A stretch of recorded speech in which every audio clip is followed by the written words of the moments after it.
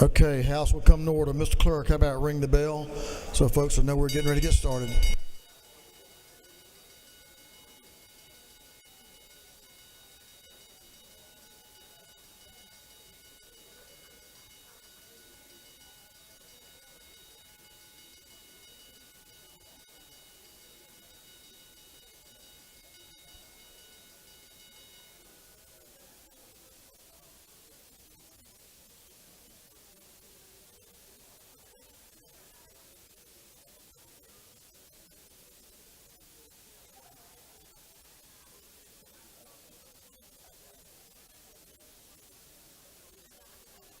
All right, members, if you all come to the floor, please. All members come to the floor.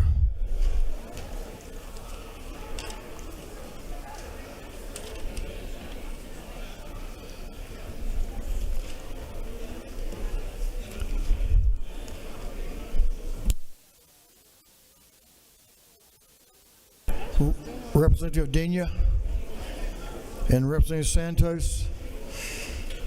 If y'all will come down front.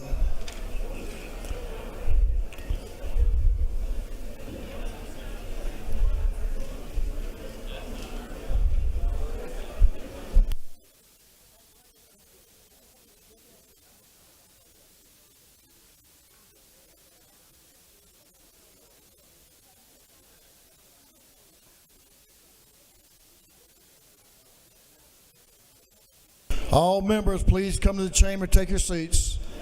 All members, come to the chamber. We got a little more work to do. We want to get started.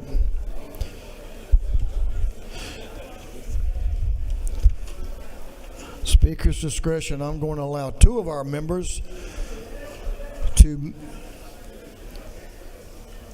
let us hear about their afternoon orders. And we're going to let ladies first. Representative Santos, you're recognized to come to the wheel. Now, y'all give the lady your attention. She's doing this for somebody who's watching in from home. So give the lady your attention, please. Thank you, Mr. Speaker. Today I rise to wish happy birthday to my son, whose birthday was Tuesday. And happy birthday to my daughter, who's sweet. And she wanted me to specify that was her when she was a freshman. She's not a freshman anymore, she's a junior. To my children who are my why in life, Mommy loves you. Remember to love fearlessly and never lose sight of who you are. Feliz cumpleaños. Thank you, Mr. Speaker. I yield the well.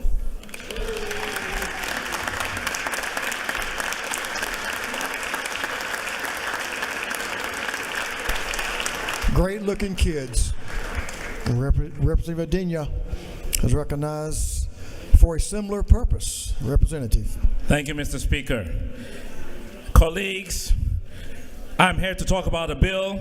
It's called a Happy Birthday Bill for my mother. First, I'm going to start off with, and I know I need your support on this. I'm going to start with a short poem. Mama, the sun that shines, and I know you're watching. Oh, Mama Bear, bearer of warmth and love, like the morning sun rising above, your hands and rivers that nourish the land, your voice a drumbeat strong and grand. From the roots of our ancestors deep, you sowed the dreams we proudly keep. With wisdom rich as the Iroko tree, you taught us strength, you made us free. May the winds of fortune bless your way.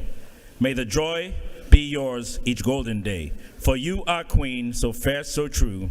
The love we have will never undo. Happy birthday, Mama, bright and wise. You are the stars in our endless skies. One more thing, I'm going to say a quick happy birthday. Happy birthday to my mom. One more year for her. Gone with the vibe. Gone, give thanks for life. Next year we're doing it again. Thank you. I yield the well. I look for your vote. Happy birthday, Mom. Happy birthday, Mom.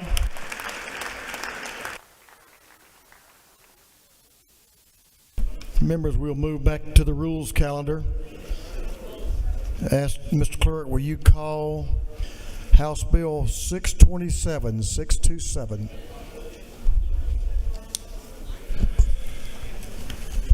House Bill 627 by Representative Persinger, the 119th, to be entitled An Act to Amend Title 15 of the Official Code of Georgia Annotated relating to courts, so as to revise a provision related to the use of a deadly weapon.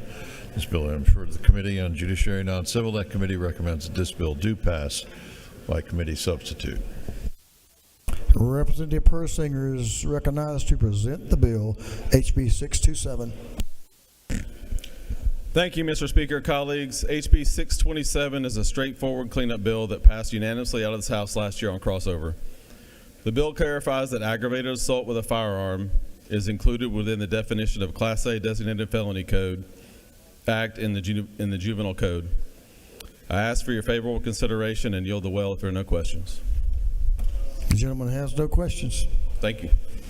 Gentleman has yielded the well. Is there any objection to the previous question being ordered? Hearing none, the previous question is ordered. Is there any objection to adopting the committee substitute?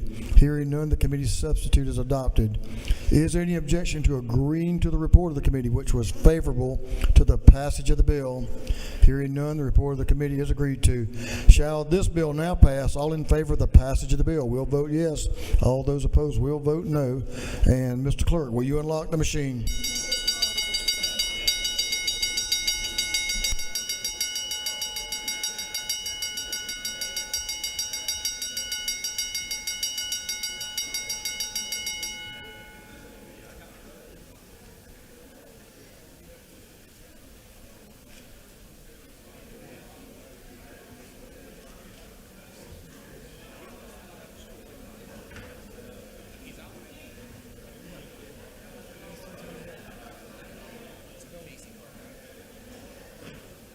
Have all members voted? All members voted. If so, Mr. Clerk, will you lock the machine? On the passage of House Bill 627, the yeas are 156 and nays are 2. This bill, having received the requisite constitutional majority, is therefore passed. Mr. Clerk, will you read the caption to House Bill 429? House Bill 429 by Representative Wilkerson and the 38th and others, to be entitled An Act to Amend Part 2 of Article 10 of Chapter 5 of Title 48 of the Official Code of Georgia Annotated relating to ad valorem taxation of motor vehicles, so as to exempt from ad valorem taxation motor vehicles owned by a natural person for which a title was issued in the state before March 1st, 2013. This bill having referred to the Committee on Ways and Means, that committee recommends that this bill do pass by committee substitute. Representative Wilkinson is recognized to present House Bill 429. Thank you, Mr. Speaker. Today I bring to you House Bill 429. If those that were back here back in 2012 remember, we eliminated the birthday tax for all cars. That's the annual tax you pay on cars from 2013 going forward. I received a call from a constituent over the summer asking why she still had to pay taxes on her 2010 car. And I said, that's a great question because she has been paying taxes since then. What this bill does, it eliminates the birthday tax or annual ad valorem tax for all cars now. Anything prior to 2013 that is currently being taxed will no longer be taxed. And so if you have an old car, you can go home and tell folks that you no longer have to pay that tax and you'll be treated the same as someone that has a brand new one. And with that, I will yield to any questions. Representative Ramond, up the center aisle on your left, is recognized for a question. Thank you, Mr. Speaker. Does the gentleman yield? I do. Just want to say thank you for this bill, and would you not say that a bill like this could go a long way for those that have older vehicles to make them more affordable and make it easier for them to maintain them over time? That is the plan, yes. Saving people money is always a good thing. Always a good thing. The gentleman has no further questions. Thank you, and I ask for your favorable consideration. The gentleman has yielded the well. Is there any objection to the previous question being ordered? Hearing none, the previous question is ordered. Is there any objection to adopting the committee substitute? Hearing none, the committee substitute is adopted. Is there any objection to agreeing to the report of the committee, which was favorable to the passage of the bill? Hearing none, the report of the committee is agreed to. Shall this bill now pass? All in favor of the passage of the bill will vote yes. All those opposed will vote no. And Mr. Clerk, will you unlock the machine?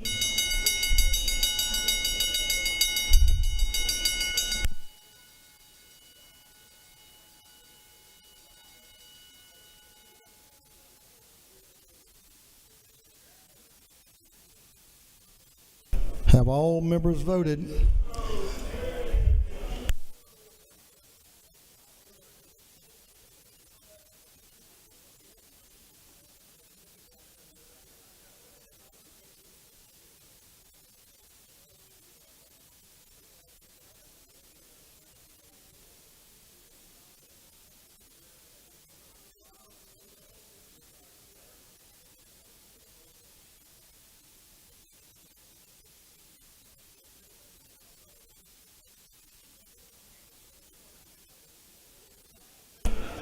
Have all members voted?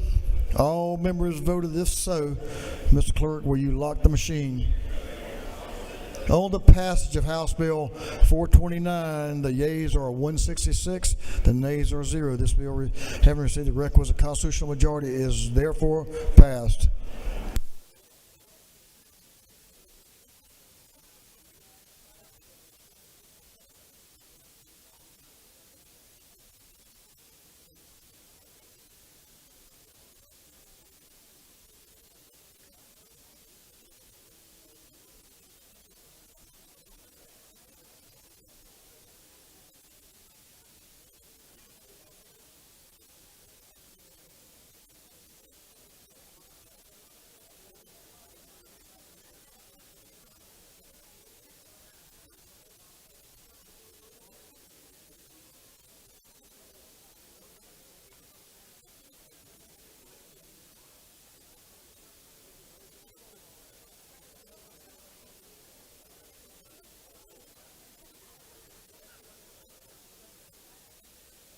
Mr. Clerk, will you read the caption of House Bill 618?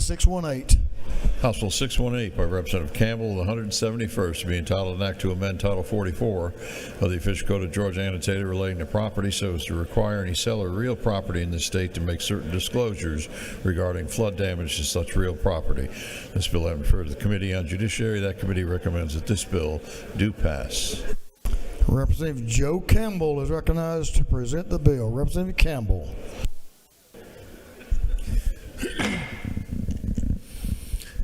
Thank you, Mr. Speaker. I'm presenting HB 618 tonight. This bill is about requiring any seller of real property to make certain disclosures regarding flood damage and the history of the property as it relates to flood damage. Where we are today in this, a renter can have access to flood damage history as per the law, but a buyer cannot. And that, in essence, is what this bill is about, putting the buyer and the renter on the same level. In Georgia, renters already have the right to flood disclosure. Georgia law requires landlords to reveal a property's flooding history. Georgia home buyers deserve the same right. HB 618 would amend Georgia law to require disclosure of flood history. And that's what the bill's about. The bill's about. It's a simple bill, as they say. And so that's it. And I open up for questions or whatever. Well, Representative, you did a good job. You don't have any questions. He's yielded the well. That's what I'm talking about. Now go ahead, Representative Campbell. Is there any objection to the previous question being ordered? The chair hears none. The previous question is ordered. Is there any objection to agreeing to the report of the committee, which was favorable to the passage of the bill? Hearing none, the report of the committee is agreed to. Shall this bill now pass? All in favor of the passage of the bill will vote yes. All those opposed will vote no. And the clerk will unlock the machine.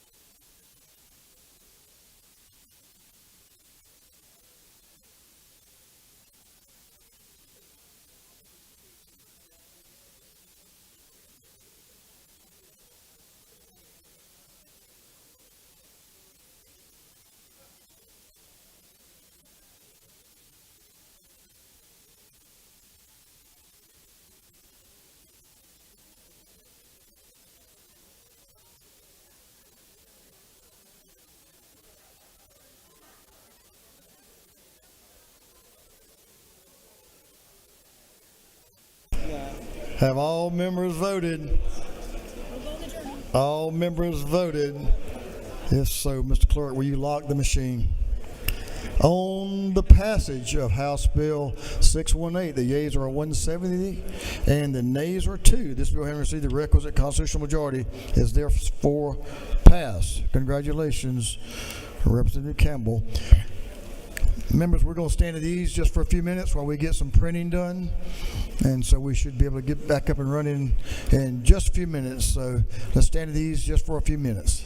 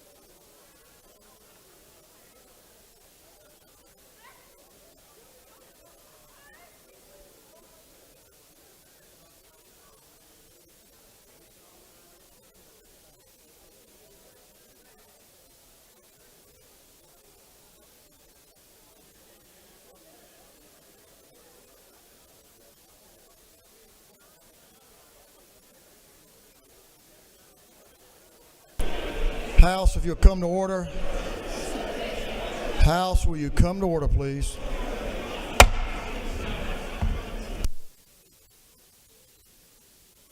I'm going to recognize the rules chairman. I don't know what he has up his sleeve. Let's see what he's got going. Chairman Parrish. Mr. Speaker, I'd like to ask the Rules Committee to meet me in room 341 for just a really quick, brief meeting. 341 right now. Thank you.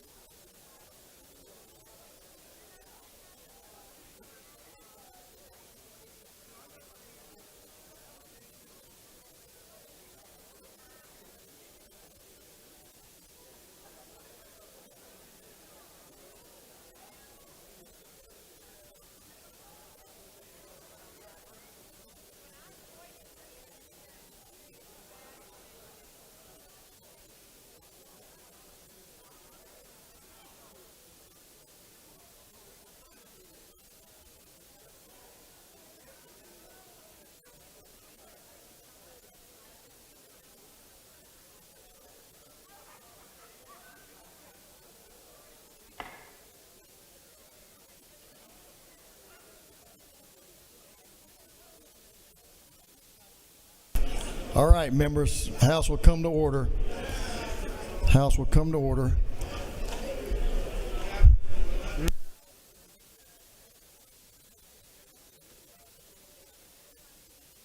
House will come to order. Members, please take your seats.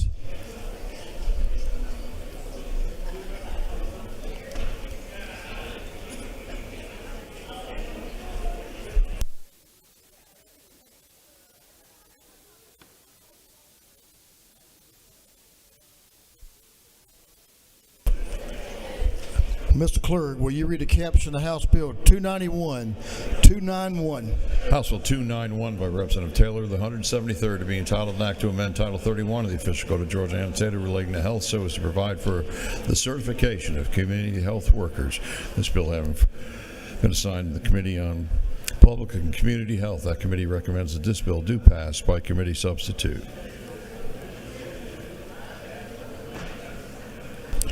Representative Darlene Taylor is recognized to present House Bill 291. Madam Chair. Thank you, Mr. Speaker, members of the House. I bring you House Bill 291, the Community Healthcare Worker Certification Act. This is a very vital bill for us. It's going to help our underserved and rural areas. This is basically to create a pathway to certification for community health workers. It's going to be overseen by the Department of Public Health.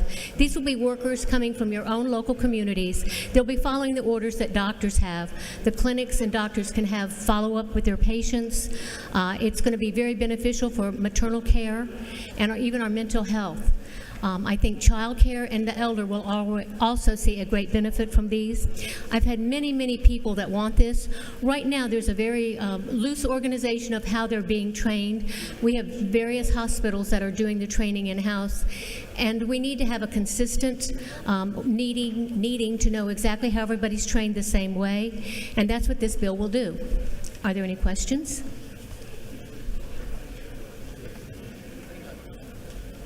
Lady has no questions. Thank you. I appreciate your favorable consideration. Ladies yielded the well.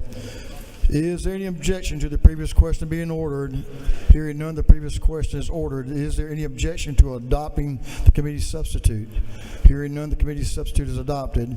Is there any objection to agreeing to the report of the committee, which was favorable to the passage of the bill? Hearing none, the report of the committee is agreed to. Shall this bill now pass? All in favor of the passage of the bill will vote yes. All those opposed will vote no. And Mr. Clerk, will you unlock the machine?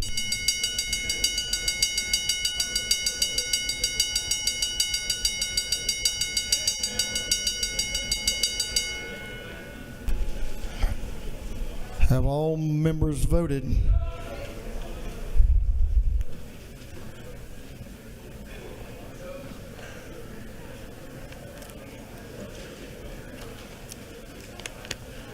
All members voted.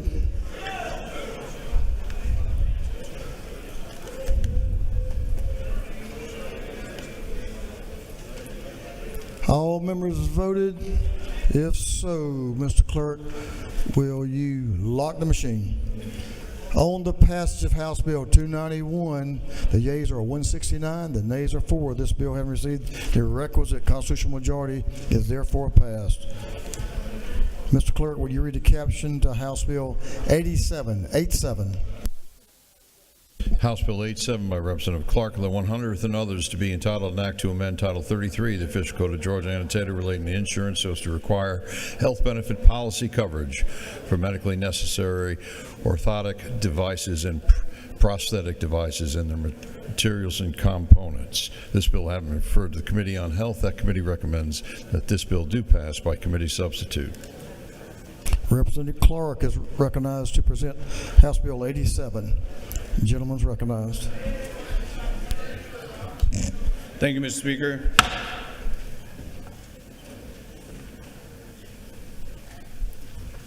Proceed.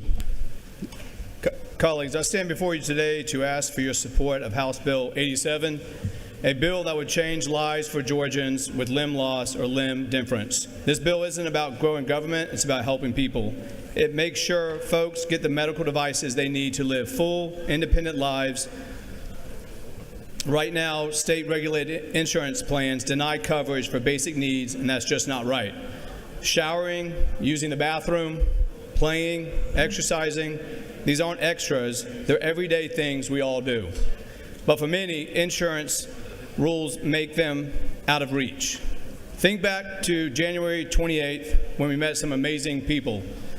Elliot, my 6-year-old buddy, lost his leg as a baby. His parents don't want special treatment. They just want him to have a normal childhood, to play with his twin brother Hudson, his older brother Sebastian, to one day live on his own. Jared Wallace, an Athens Paralympian, go Dogs. He has shown us that physical challenges don't have to hold you back, but still his insurance won't cover a shower leg. Something so basic. Brad O'Malley, a small business owner from Tucker, he needs special orthotics to keep working, to provide for his family, but insurance won't help. This bill fixes that because the right medical equipment isn't a luxury, it's a need. We all know staying active keeps you healthy. When a doctor says someone needs a second prosthetic or orthotic, it's not extra, it's preventing bigger problems down the road. Even the Georgia Association of Health Plans agrees these devices are needed, not optional. At the heart of this bill, it's people. It's about helping families, letting kids be kids, and making sure folks take care of themselves. And let's be real, this could happen to any of us. None of us are safe from an accident, an illness, or a condition that might require these devices. If that day comes, would you want your spouse, your child, or your loved ones to be told they can't have what they need to just shower or walk? That's what we're deciding today. Will we let insurance companies keep saying no to basic needs, or will we do what's right for everyone? I urge you to vote yes on House Bill 87 because today we can make a real difference, not just for Elliot, Jared, and Brad, but for every Georgian who deserves to live a full life. With that, I'll take any questions and would love your support of House Bill 87. Representative Schofield, to your right out front, is recognized for a question. Thank you, Mr. Speaker. Does the gentleman yield? Yes, ma'am, I do. Is it not true that we both are excited at the work that we've done with advocates such as So Everybody Can Move and how it's changed our lives? Yes, ma'am, it has changed both of our lives and it's left a huge impact on me.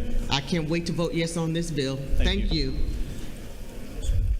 Gentleman has no further questions. Thank you, Mr. Speaker. I just ask for your favorable consideration and vote for House Bill 87. Thank you. You're going to have that chance to vote for it right now. Is there any objection to the previous question being ordered? Hearing none, the previous question is ordered.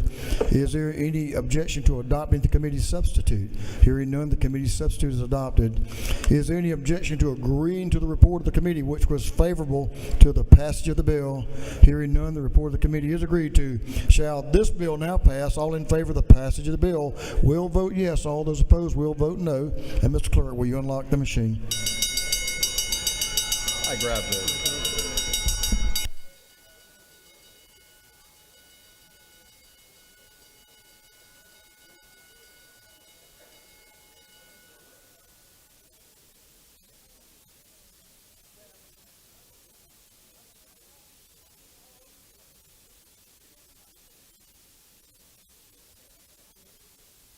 Have all members voted? All members voted. If so, Ms. Clerk, will you lock the machine? On the passage of House Bill 87, the yeas are 171, the nays are 2. This bill having received the requisite constitutional majority is therefore passed.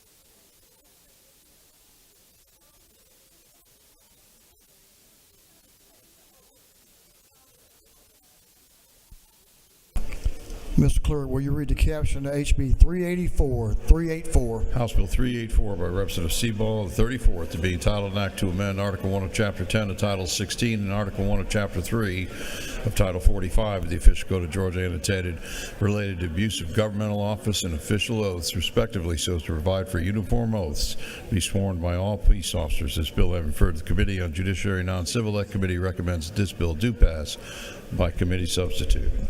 Representative Seaball is recognized to present the bill, HB 384. Thank you, Mr. Speaker. Colleagues, I rise to ask for your support on House Bill 384.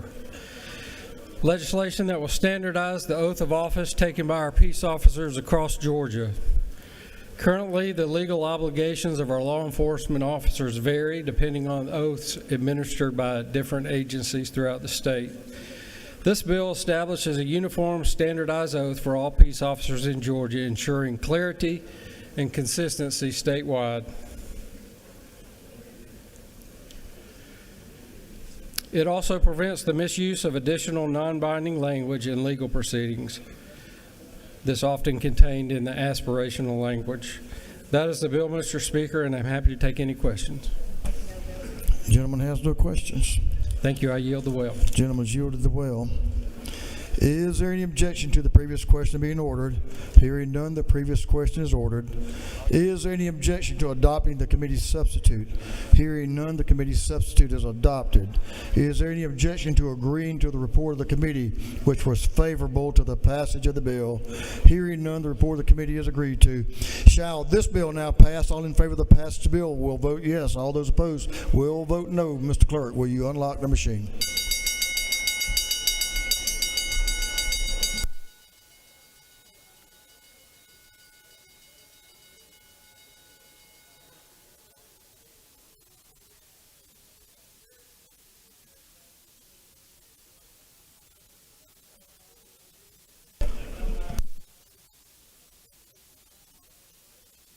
All members voted. Have all members voted?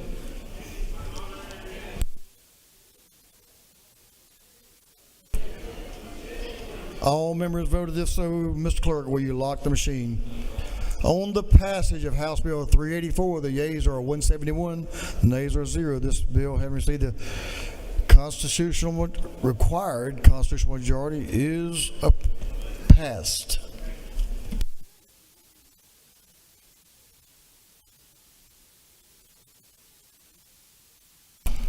Mr. Clerk, will you read the caption of House Bill 649? House Bill 649 by Representative Bennett, the 94th, and others to be entitled an act to amend Chapter 1 of Title 33 of the Official Code of Georgia annotated relating to general provisions relative to insurance so as to provide for coverage for comprehensive maternal mental health screening and care. This bill having referred to the Committee on Insurance, that committee recommends that this bill do pass by committee substitute. Okay, members, give the member in the will your attention.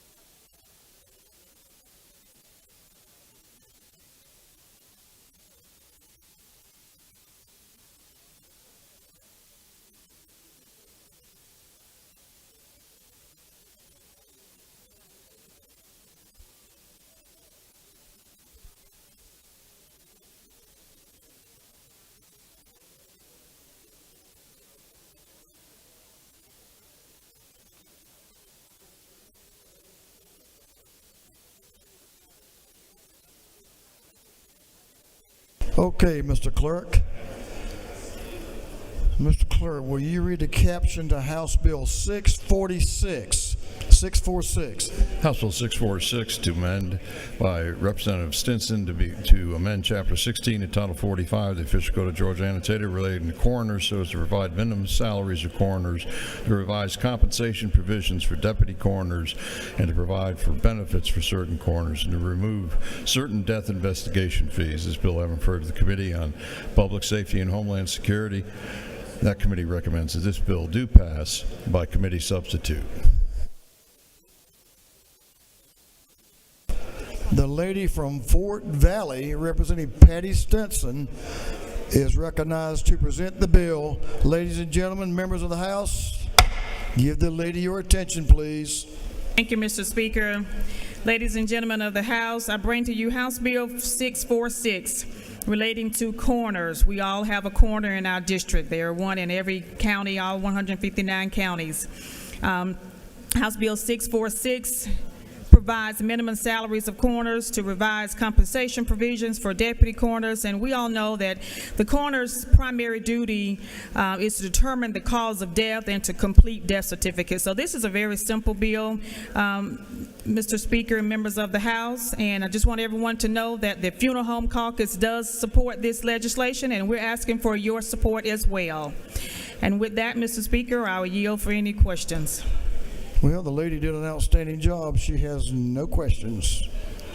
Well, with that, thank you, Mr. Speaker, and I yield the way. Thank you so much for your support to House Bill 646. Thank you, Representative Stinson. Thanks for staying with us. Ladies, yielded the well. Is there any objection to the previous question being ordered? Hearing none, the previous question is ordered. Is there any objection to adopting the committee substitute? Hearing none, the committee substitute is adopted. Is there any objection to agreeing to the report of the committee, which was favorable to the passage of the bill? Hearing none, the report of the committee is agreed to. Shall this bill now pass? All in favor of the passage of the bill will vote yes. All those opposed will vote no. And Mr. Clerk, will you unlock the machine?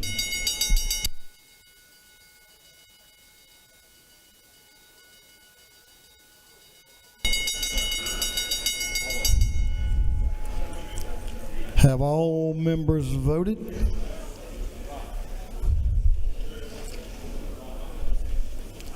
All members voted.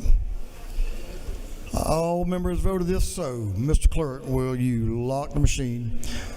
On the passage of House Bill 646, the yeas are 170, the nays are 4. This bill, having received the requisite constitutional majority, is therefore passed.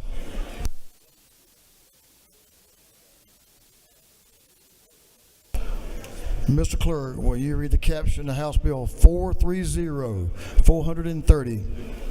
House Bill 430 by Representative Saints of the 180th being titled An Act to Amend Article 2, Chapter 1 and Title 42 of the Official Code of Georgia Annotated relating to Sexual Offender Risk Review Board so as to provide for venue for certain petitions regarding the state's Sexual Offender Registry. This bill having referred to the Committee on Judiciary and Non-Civil, that committee recommends that this bill do pass by committee substitute. Representative Sains is recognized to present the bill. Chairman Sains. Thank you, Mr. Speaker. House Bill 430 is a simple bill. It just ensures that if you're registered as a sex offender in a different state and move to Georgia, you're automatically on the sex offender registry. It's a valuable tool requested by the sheriffs who maintain our sex offender registry by county. Section 2 also ensures that if a judge in a different county waives the restriction in residency in another county, the sheriff of where that individual is going has the right to petition their superior court judge for a hearing on that matter. Mr. Speaker, if there's no questions, I'll yield the well. The gentleman has no questions. Thank you. The gentleman's yielded the will. Is there any objection to the previous question being ordered? Hearing none, the previous question is ordered. Is there any objection to adopting the committee substitute? Hearing none, the committee substitute is adopted. Is there any objection to agreeing to the report of the committee, which was favorable to the passage of the bill? Hearing none, the report of the committee is agreed to. Shall this bill now pass? All in favor of the passage of the bill will vote yes. All those opposed will vote no, and the clerk will unlock the machine.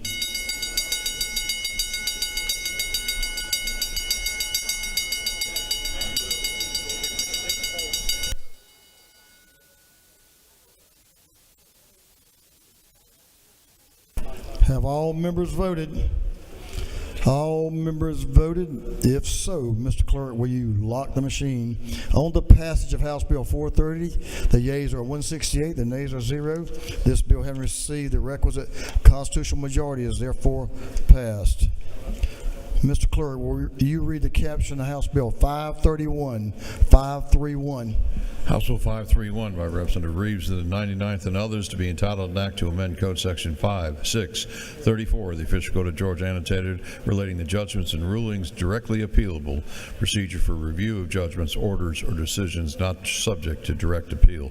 This bill having referred to the Committee on Judiciary. That committee recommends that this bill do pass by committee substitute. Representative Matt Reeves is recognized to present the bill. Speaker Burns, House members, this is the Municipal Sovereign Immunity Bill, House Bill 531. This is a product of 2 months of work. This was the Georgia Municipal Association's #1 issue this session. My granddad, who's a World War II veteran and Baptist deacon for decades, he said, be in church on Sunday unless the ox is in the ditch. And so when Chairman Leverett and other legislators and I found ourselves meeting with the cities on a Sunday morning, I knew this issue was of grave importance. So we engaged with members of the trial bar. House Judiciary Committee spent a long time on this. This bill is the product of a lot of study. It honors the civil justice system, the right to trial by jury, but it allows cities to budget for liability, to purchase insurance, to self-insure, and it solves a threatening problem to cities by setting a sovereign immunity amount, just like the state of Georgia has in Title 50 and the city's code in Title 36. So would ask for your approval of this #1 priority for our cities, 537 cities strong in Georgia. If there are no questions, Mr. Speaker, I'll yield the well. The gentleman has no questions. Thank you.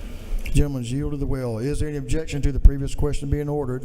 Hearing none, the previous question is ordered. Is there any objection to adopting the committee's substitute? Hearing none, the committee's substitute is adopted. Is there any objection to agreeing to the report of the committee, which was favorable to the passage of the bill?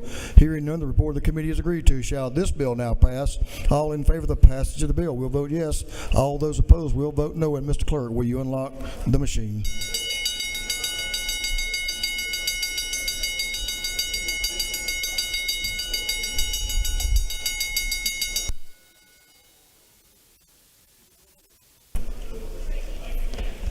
Have all members voted? All members voted? If so, Mr. Clerk, will you lock the machine? On the passage of House Bill 531, the yeas are 161, the nays 13. This bill, having received the requisite constitutional majority, is therefore passed. Mr. Clerk, will you read the caption to House Bill 127, HB 127? House Bill 127 by Representative Cox, the 28th, and others to be entitled an act to amend Part 4 of Article 17 of Chapter 2 of Title 20 of the Official Code of Georgia annotated relating to sick, personal, and maternity leave for teachers and other school personnel. This bill having referred to the Committee on Education. That committee recommends that this bill do pass. Representative Brett Cox is recognized to present the bill. Representative Cox. Thank you, Mr. Speaker. Teachers and school personnel, if you want to show them some love, please support this bill. This is House Bill 127. Currently, teachers earn 1.25 days per month for sick days, where 3 of those days can be used for personal. We're simply changing the 3 to 5 to give them some more flexibility to utilize those sick days. Mr. Speaker, if there's no questions, I'll yield the well. The gentleman has no questions. Thank you. Thanks for your bill. Gentleman's yielded the well. Is there any objection to the previous question being ordered? Hearing none, the previous question is ordered. Is there any objection to agreeing to the report of the committee, which was favorable to the passage of the bill? Hearing none, the report of the committee is agreed to. Shall this bill now pass? All in favor of the passage of the bill will vote yes. All those opposed will vote no. And Mr. Clerk, will you unlock the machine?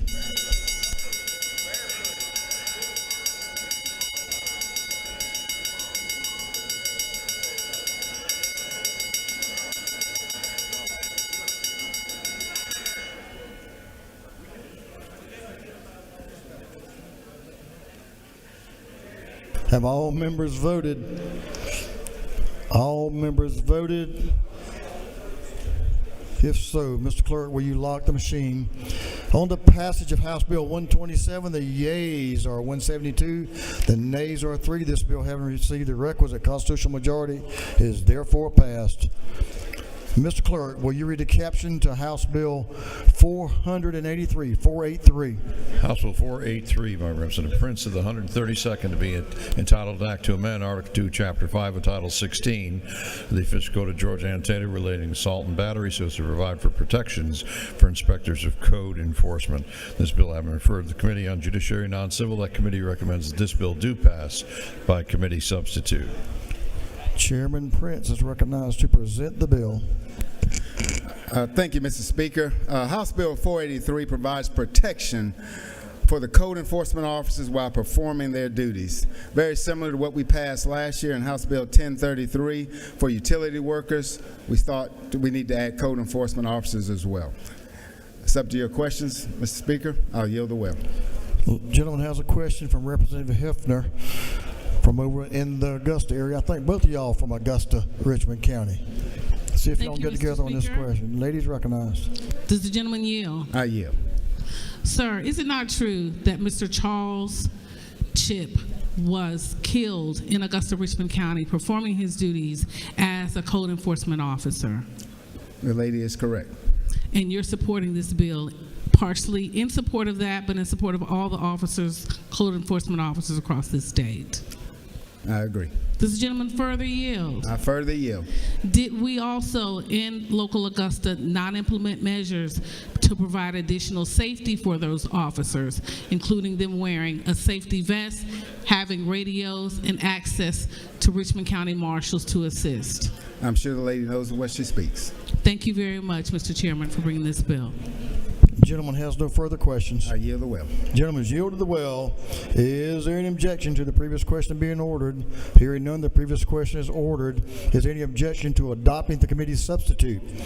Hearing none, the committee's substitute is adopted. Is there any objection to agreeing to the report of the committee, which was favorable to the passage of the bill? Hearing none, the report of the committee is agreed to. Shall this bill now pass? All in favor of the passage of the bill will vote yes. All those opposed will vote no. And Mr. Clerk, will you unlock the machine?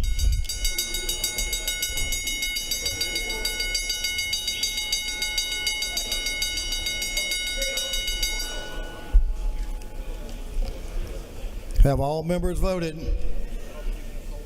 All members voted. If so, Mr. Clerk, will you lock the machine? On the passage of House Bill 483, the yeas are 168, the nays are 5. This bill, having received the requisite constitutional majority, is therefore passed. Mr. Clerk, will you read the caption to House Bill 323? House Bill 323 by Representative Mathiak of the 82nd and others to be entitled Act to amend Chapter 43, Title 33 of the Official Code of Georgia Annotated relating to Medicare supplemental insurance so as to provide for Medicare supplemental policies to be issued and renewed for individuals under 65 years of age who are eligible by reason of disability. This bill having referred to the Committee of Health, that committee recommends that this bill do pass. Representative Mathiak is recognized to present the bill. And Chair Lady is recognized. Good evening, Speaker, and thank you. Tonight, it is my pleasure to bring before House Bill 323, and this legislation affords Medigap coverage for people under the age of 65 with ALS or end-stage renal disease. Medigap plans cover the annual 20% of out-of-pocket costs that Medicare doesn't cover. When you need a kidney transplant, you have to have that 20%, which could be very costly, up to $20,000. So this affords our citizens to be able to get that kidney transplant. Federal law requires insurance Medicare enrollees for 65 and older, but it does not cover 65 and under. And that's my bill. And I'll stand for questions. Lady has no questions. Pardon me? Lady has no questions. I yield the well. Thank you, sir. Did a good job. Ladies yielded the well. Is there any objection to the previous question being ordered? Hearing none, the previous question is ordered. Is there any objection to agreeing to the report of the committee, which was favorable to the passage of the bill? Hearing none, the report of the committee is agreed to. Shall this bill now pass? All in favor of the passage of the bill will vote yes. All those opposed will vote no. And Mr. Clerk, will you unlock the machine?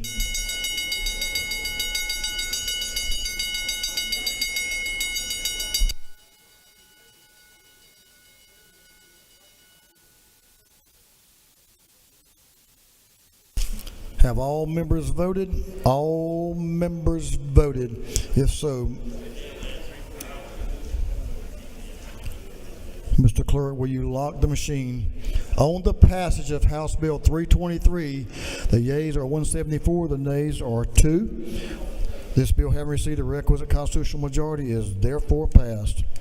Mr. Clerk, will you read the caption of House Bill 351? House Bill 351 by Representative Corbett of the 174th to be entitled an act to amend Part 1 of Article 2, Chapter 8 of Title 12 of the Official Code of Georgia Annotated relating to general provisions regarding solid waste management so as to modify the powers and duties of the Board of Natural Resources. This bill having been referred to the Committee on Natural Resources and Environment, that committee recommends that this bill do pass by committee substitute. Chairman Corbett is recognized to present House Bill 351. Representative John Corbett. Thank you, Mr. Speaker, members of the House. I bring before you House Bill 351. The solid waste handling facility permitting has long been a source of litigation, which has increased recently. House Bill 351 is intended to revise the Solid Waste Act to remove provisions courts have determined to be unconstitutional or unenforceable, resolve inconsistencies between different provisions of the Act, clarify for local governments their roles and responsibilities in permitting, and clarify for the public their opportunities to participate in these local government processes through public meetings. Specify EPD's responsibilities for reviewing local government approvals for verifications, and provide for greater finality in the permitting process. That's what the bill does, members. I would appreciate your favorable support. And I'll stand for any questions, Mr. Speaker. The gentleman has a couple of questions. Representative Doreen Carter, to your left, is recognized for a question. Representative Carter. Thank you, Mr. Speaker. So does the gentleman yield? I do. So we have a situation in the city of Stonecrest where a solid waste company was given a permit by the city who did not have the jurisdiction. The county did because it was a new city. So what I need to understand, will this bill prevent a situation like that, or are we giving more power to EPD? Because EPD at the time knew that the city did not have the jurisdiction but authorized the permit anyway. Yes, this is clarifies that. Thank you for the question. And that question came up 2 times in committee, in subcommittee and full committee, and the answer is this clarifies that situation where it does not happen again. Well, thank you. I believe the folk in the city of Stonecrest will be happy to know that. Thank you for the question. The gentleman has a question to your right. Representative Jason Ridley, recognized for a question. Thank you. Does the gentleman yield? I probably shouldn't, but I will. Well, this is actually a serious one. Is it not true that I got a call from numerous counties that was in support of this bill because they need clarification on what they can and can't do, and this bill is going to do that? It will. Thank you for the Thank question. Thank you, Mr. Speaker. I yield well and ask for your favorable consideration. The gentleman has yielded the will. Is there any objection to the previous question being ordered? Hearing none, the previous question is ordered. Is there any objection to adopting the committee substitute?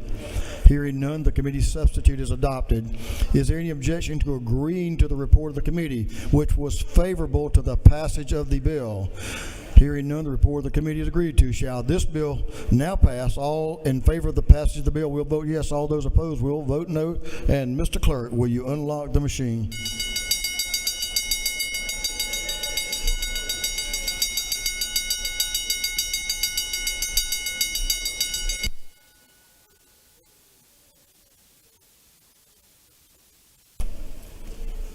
Have all members voted? All members voted. If so, Mr. Clerk, will you lock the machine? On the passage of House Bill 351, the yeas are 175, the nays are 0.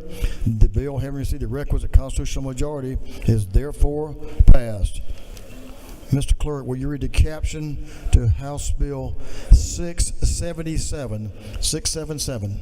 House Bill 677 by Representative Dempsey of the 13th and others to be entitled an act to amend Chapter 1 of Title 31 of the Official Code of Georgia Annotated relating to general provisions for health so as to provide for certain placement procedures for children upon discharge from a hospital or psychiatric or residential treatment facility in certain circumstances. This bill having referred to the Committee on Health, that committee recommends that this bill do pass by committee substitute. The lady from Rome, Representative Dempsey, is recognized to present the bill. Representative Katie Dempsey. Ladies recognized. Thank you, Mr. Speaker. HB 677 seeks to create a process to address the growing problem in Georgia and around the country where children with mental health issues languish in hospitals, sometimes for months, and at times even over a year after they have been medically discharged. Acute or long-term mental health hospitals, at that point, too often parents and guardians and custodians are abandoning these children for a plethora of reasons. These are some of our hardest children. When we talk about hoteling, when we talk about children that are hard to find placements, this is who we're talking about. Parents are at the end of their rope, and they just don't know what to do. So they are in the hospital, they've had their 3 to 5 days of crisis care, and there's nowhere to send them. So this bill will pull together a quick strike team of decision makers to help these children find appropriate placement and services. The team will consist of the treating psychiatrist, the hospital's medical director, appropriate state agencies, a care coordinator, and any insurer responsible managing the care of the patient. But also, one of the most important things it will do is collect data on the number of kids that languish in our mental health facilities and the number of days until they are appropriately placed. This will help us, and it will be provided on an annual basis to the House and Senate budget chairs. Mr. Speaker, that is the bill. If there are any questions, I'll be glad to take them. Lady has no questions. Thank you. I yield the well and ask for your favorable support to help our children. The lady has yielded the well. Is there any objection to the previous question being ordered? Hearing none, the previous question is ordered. Is there any objection to withdrawing the committee's substitute? Hearing none, the committee's substitute is withdrawn. Is there any objection to adopting the substitute offered by the Committee on Rules? Hearing none, the Rules Committee substitute is adopted. Is there any objection to agreeing to the report of the committee, which was favorable to the passage of the bill? Hearing none, the report of the committee is agreed to. Shall this bill now pass? All in favor of the passage of the bill will vote yes. All those opposed will vote no. And Mr. Clerk, will you unlock the machine?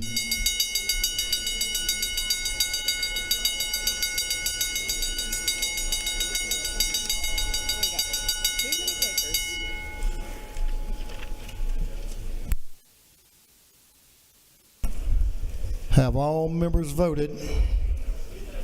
All members voted.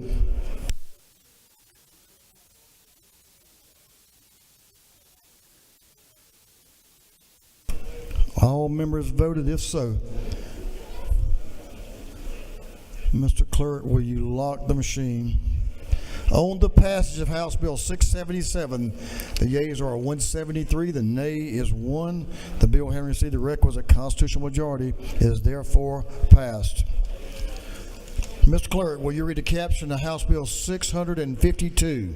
652. House Bill 652 by Representative Jones, the 25th, to be entitled an act to amend Article 1 of Chapter 9 and Title 48 of the Official Code of Georgia annotated relating to motor fuel tax, so as to provide for an exception for collection of motor fuel taxes relative to electricity delivered by certain electric vehicle charging stations.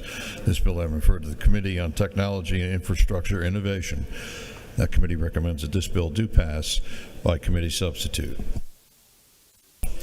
Chairman Todd Jones is recognized to present the bill. Representative Jones. Thank you, Mr. Speaker.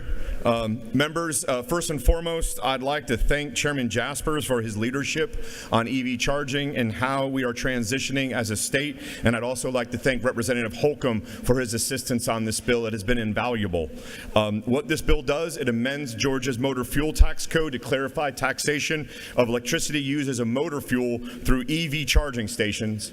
The bill introduces a fuel tax exemption for the EV charging stations that are first owned by a nonprofit, 2, use exclusively donor funds, 3, are located on a federal right-of-way, 4, are no cost to the user, and 5, were operational by January 1 of 2025. Mr. Speaker, that is the bill, and I yield for questions. Gentleman has no questions. Thank you, sir. I yield the will. Excellent job. Gentleman's yielded the well.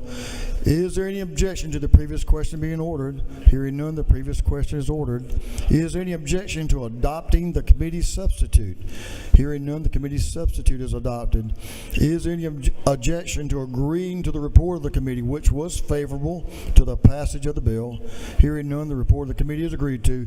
Shall this bill now pass? All in favor of the passage of the bill will vote yes. All those opposed will vote no. And Mr. Clerk, will you unlock the machine?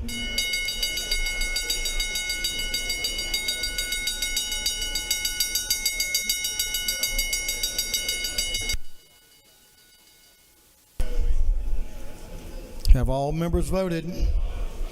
All members voted?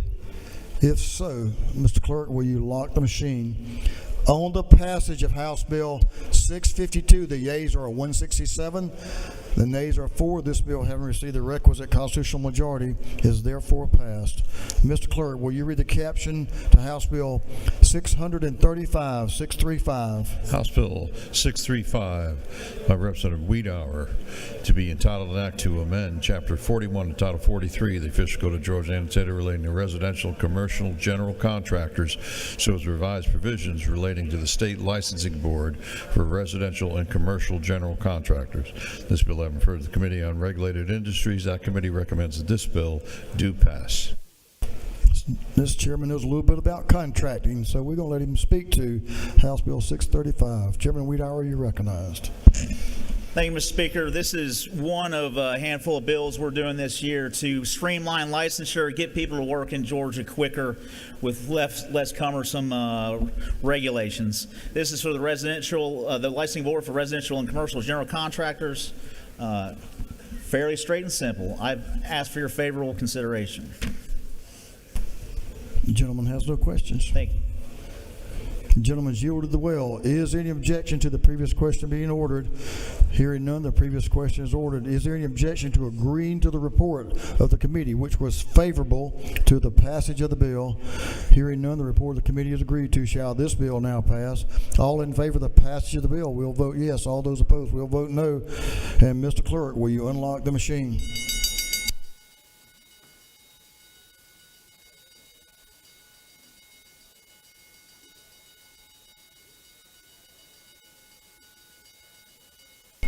Have all members voted?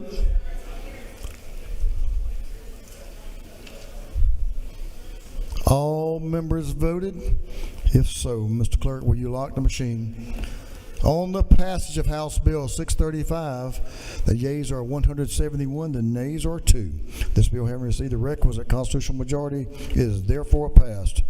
Mr. Clerk, will you read the caption of House Bill 567? House Bill 567 by Representative Dempsey, the 13th, to be entitled an act to amend Article 2, Chapter 11, and Title 43 of the Official Code of Georgia Annotated relating to licenses for the practice of dentistry so as to authorize and regulate teledentistry by licensed dentists in this state. This bill having referred to the Committee on Health. That committee recommends that this bill do pass by committee substitute. Representative Katie Dempsey is recognized to present House Bill 567. Thank you, Mr. Speaker and members.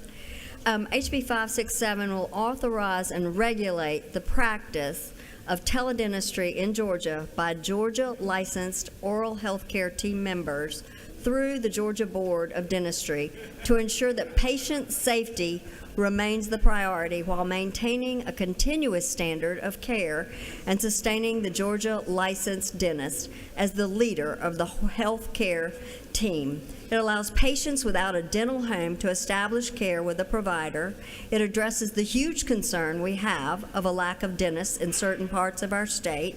It also authorizes hygienists to perform specific functions under general supervision for a real-time diagnosis. Now, there is no doubt that dentistry is a tactile practice. So this does not allow for someone to go through teledentistry and do a lot in your mouth, but it does begin the practice, the oversight, and the view to help decisions be made about someone's oral care that might prevent an ambulance ride if they are in a nursing home.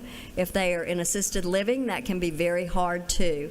So this is a good way to help increase the number of healthy mouths in our state.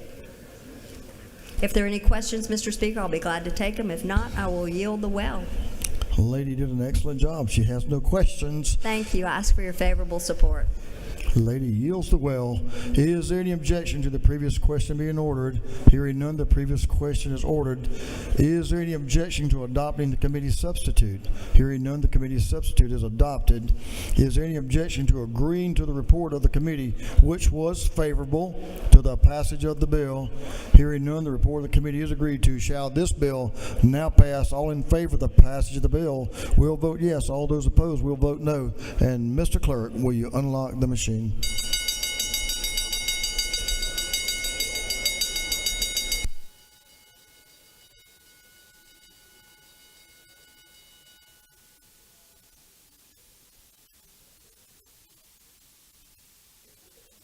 Have all members voted?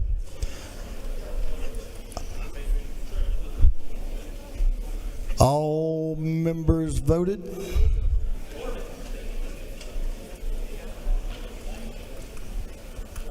If so, Mr. Clerk, will you lock the machine?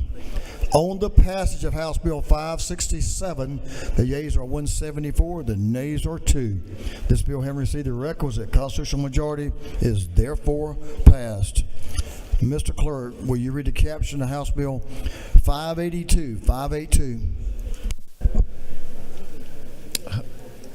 House Bill 582 by Representative Gunner, the 8th, to be entitled an act to amend Titles 16, 17, and 24 of the Official Code of Georgia Annotated relating to crimes and offenses, criminal procedure, and evidence, respectively, so as to provide for defendants to support a justification defense by offering evidence of family violence, dating violence, or child abuse committed by the alleged victim.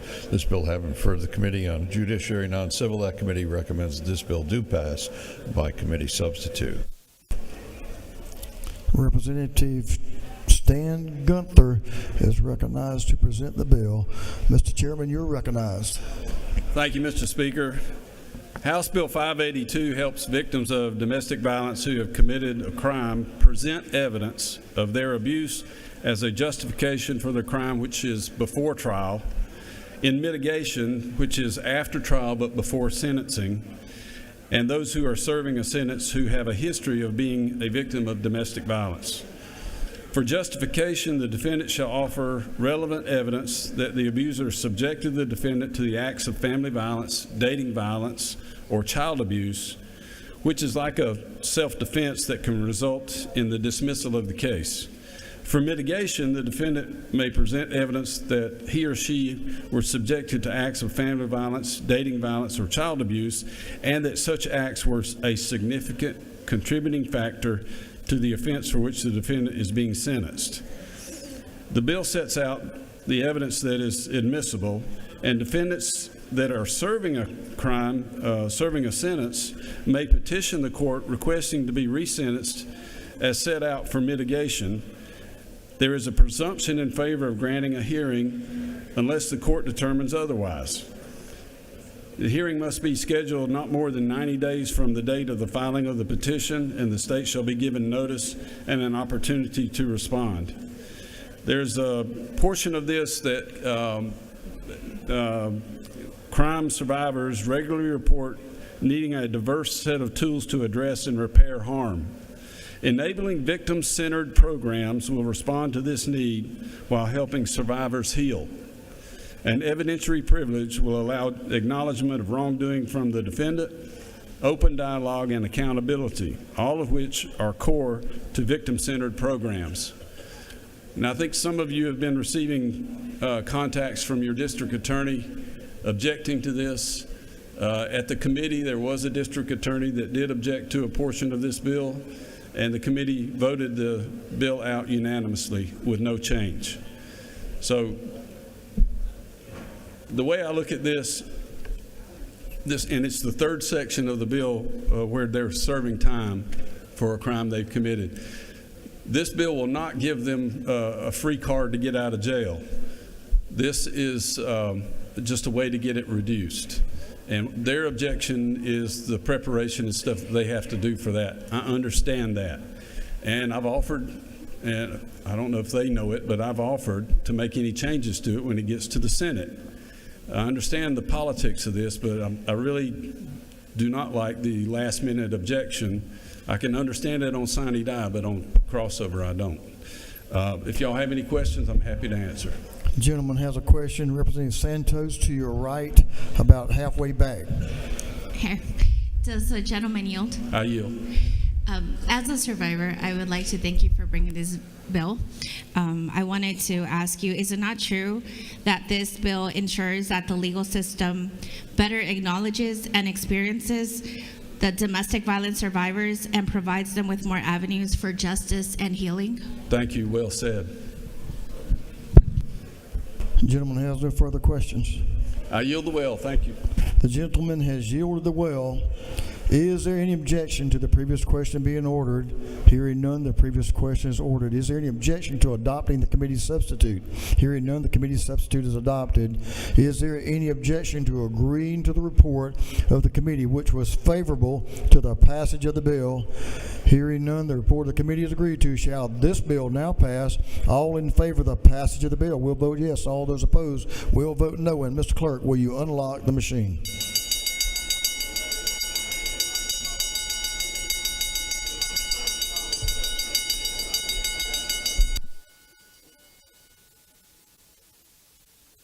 Have all members voted?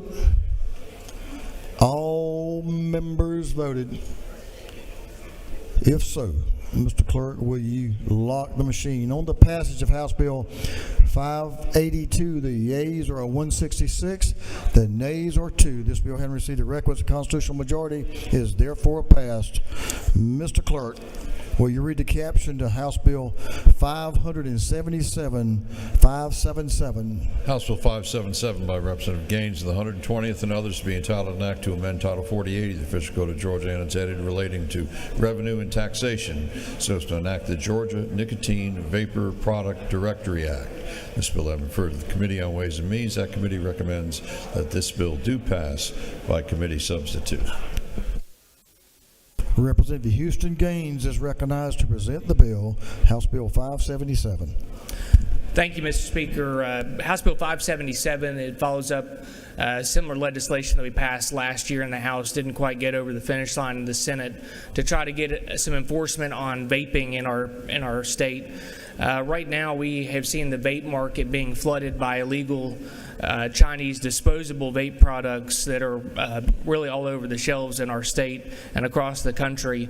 The reality is the FDA has tried to put in some restrictions, but has failed to do its part in terms of enforcement.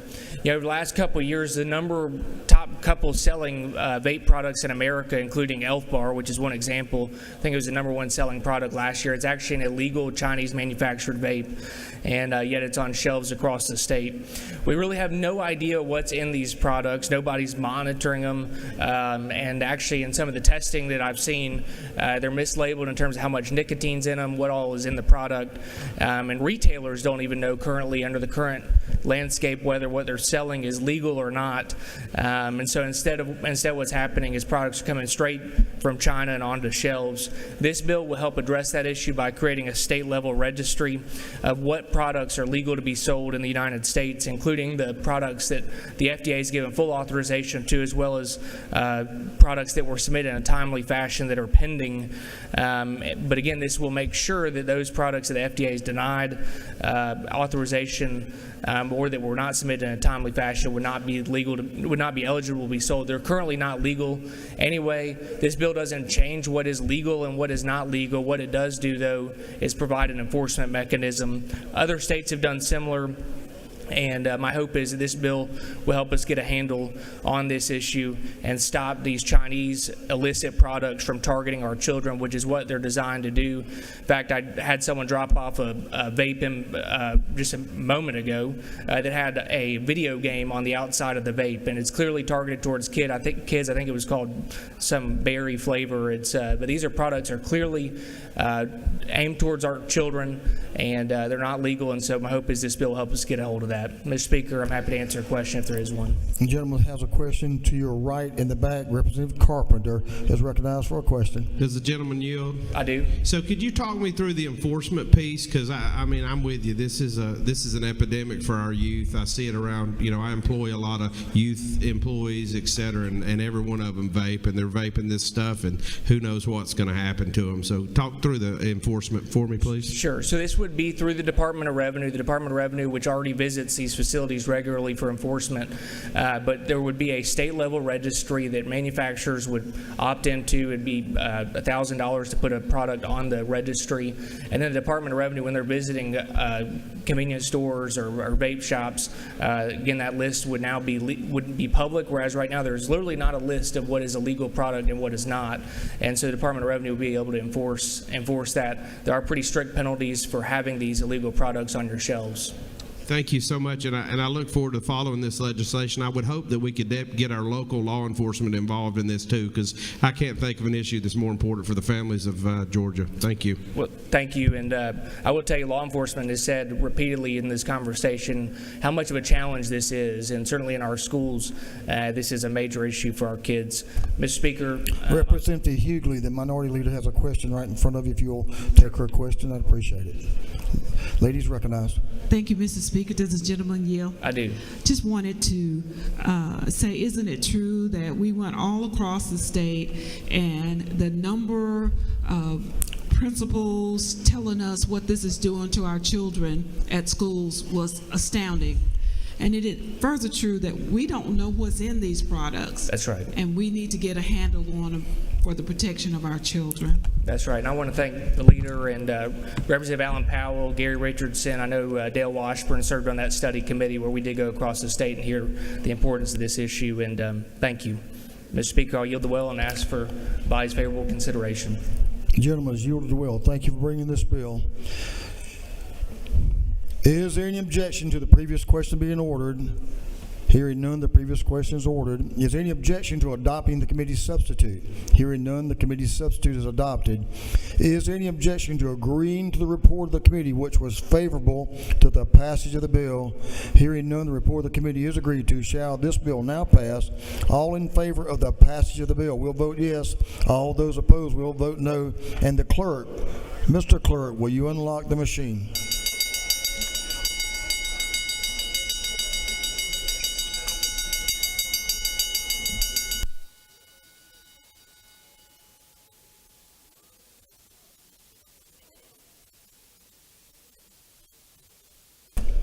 Have all members voted? All members voted.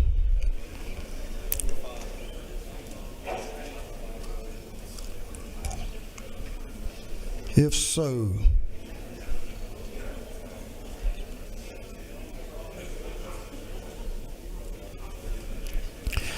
the clerk will lock the machine. On the passage of House Bill 577, the yeas are 159, the nays are 12. This bill, having received the requisite constitutional majority, is therefore passed. Mr. Clerk, will you read the caption of House Bill 586? 586. House Bill 586 by Representative Williamson of the 112th to be entitled an act to amend Article 3, Chapter 6, and Title 48 of the Official Code of Georgia annotated relating intangible recording tax so as to revise the note for which such tax is imposed. This bill I refer to the Committee on Ways and Means. That committee recommends that this bill do pass. The gentleman from Monroe is recognized to present the bill, representing Bruce Williamson. Thank you, Mr. Speaker. Good evening, colleagues. I bring before you tonight House Bill 586, which simply extends the current exemption on intangibles recording taxes from 3 years to 7 years. Currently, in order to avoid these taxes, borrowers are simply getting 35-month loans at the banker's suggestions and then renewing after the end of 3 years. This is the standard workaround to avoid the tax. This bill would allow borrowers to fix their rate for a longer term, thereby having interest rate certainty and lower monthly payments. It has zero state fiscal impact and very limited local tax impact. It comes without objection from any interested party, and specifically, I've met with both ACCG and GMA, and they are all neutral on the bill. Happy to answer any questions, ask for your favorable consideration, and I'll yield the well. The gentleman has no questions. Thank you. The gentleman has yielded the well. Is there any objection to the previous question being ordered? The chair hears none. The previous question is ordered. Is there any objection to agreeing to the report of the committee, which was favorable to the passage of the bill? Hearing none, the report of the committee is agreed to. Shall this bill now pass? All in favor of the passage of the bill will vote yes. All those opposed will vote no. And Mr. Clerk, will you unlock the machine?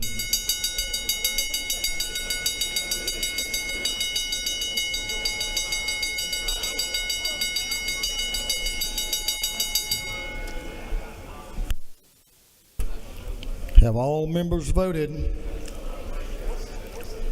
All members voted.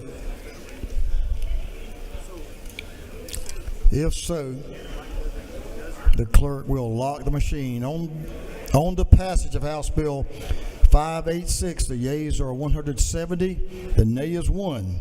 This bill, having received the requisite constitutional majority, is therefore passed. Mr. Clerk, will you read the caption of House Bill 630, 630? House Bill 630 by Representative Wiedauer of the 121st and others to be entitled an act to amend Chapter 47 and Title 43 of the Official Code of Georgia annotated relating to used motor vehicle and used motor vehicle part dealers so as to remove the used car division and the used parts division of the State Board of Registration of Used Motor Vehicle Dealers and Used Motor Vehicle Part Dealers. This bill having referred to the Committee on Regulated Industries, that committee recommends that this bill do pass by committee substitute. Representative Marcus Wiedauer is recognized to present the bill. Chairman Wiedauer. Thank you, Mr. Speaker. Another licensure regulatory cutback here for this time for the State Board of Registration, used motor vehicle dealers, and used motor vehicle part dealers. I will ask for your favorable consideration. The gentleman has a question if he'll yield. Chairman Parsons to your left. Thank you. The gentleman is recognized for a question. Gentleman yield. I do. Reading through the bill, it's a 19-page bill, and once you get into the, unless I'm mistaken, and once you get in the heart of it, there's a lot of language that's been deleted and a lot of language that's been added. And it appears from just what I've seen, it's basically setting up a new, rearranging the way that used car lots can be licensed. Is that correct, or are they licensed now? That's correct. They're just this is really kind of taking it from a licensure to a registration and just streamlining the process. Well, let me add one question, if I may. Does it change? It's my understanding or memory, according to my memory anyway. Is not true that an individual can only sell so many cars from their own yard or their own themselves a month or a year, whatever. Is that not true under law? I would believe that the gentleman knows what she speaks, but Well, the question is, does this change that? it does not. And if I may, one more, and that is, does this, with these changes, does it decrease the amount of state employees at all? Does it change that at all as far as the number of people that are employed by the state? No, sir, it does not. Okay, thank you. Thank you. Mr. Speaker, I yield the will. Gentlemen, is yielded the will. Is there any objection to the previous question being ordered? Hearing none, the previous question is ordered. Is there any objection to adopting the committee's substitute? Hearing none, the committee's substitute is adopted. Is there any objection to agreeing to the report of the committee, which was favorable to the passage of the bill? Hearing none, the report of the committee is agreed to. Shall this bill now pass? All in favor of the passage of the bill will vote yes. All those opposed will vote no. And Mr. Clerk, will you unlock the machine?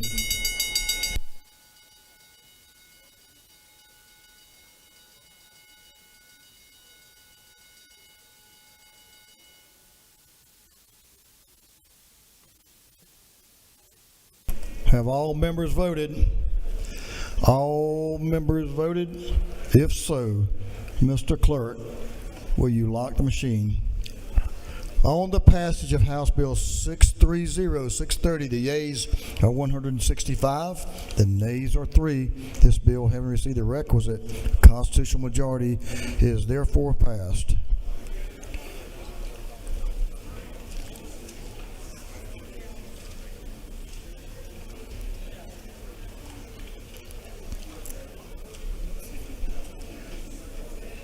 The Rules Chairman of this House insists that he be recognized one more time.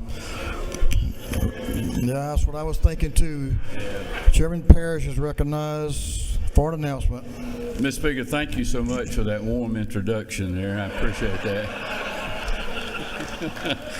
I would ask the members of the Rules Committee to meet me in 341 right now for just a few minutes.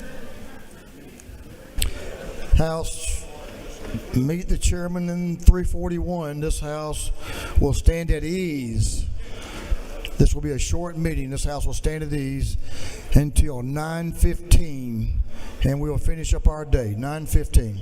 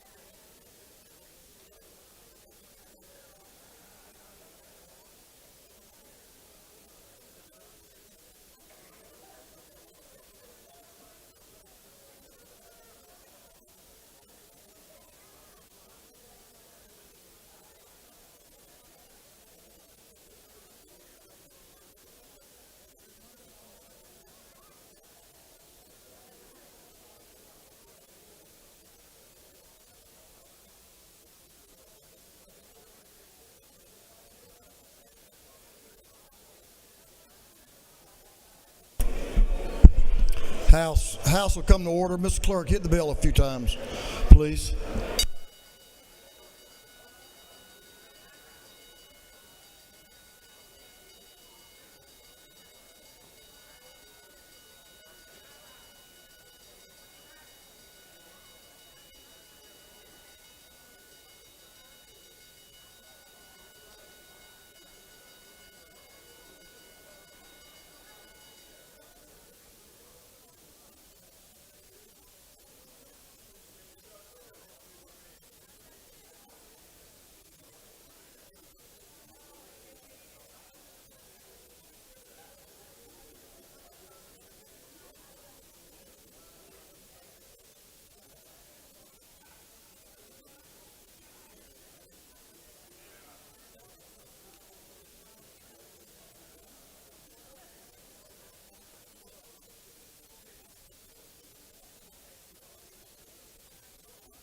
Mr. Clerk, Representative Smith, could you join me for a moment? Lynn Smith.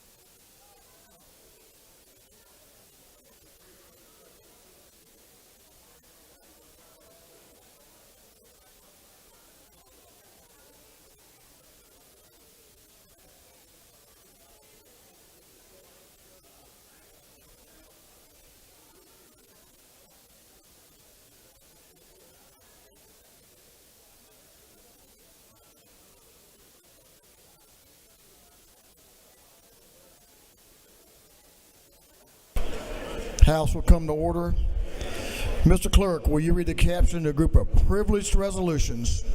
Honoring the life and memory of Paula Lawson Bevington.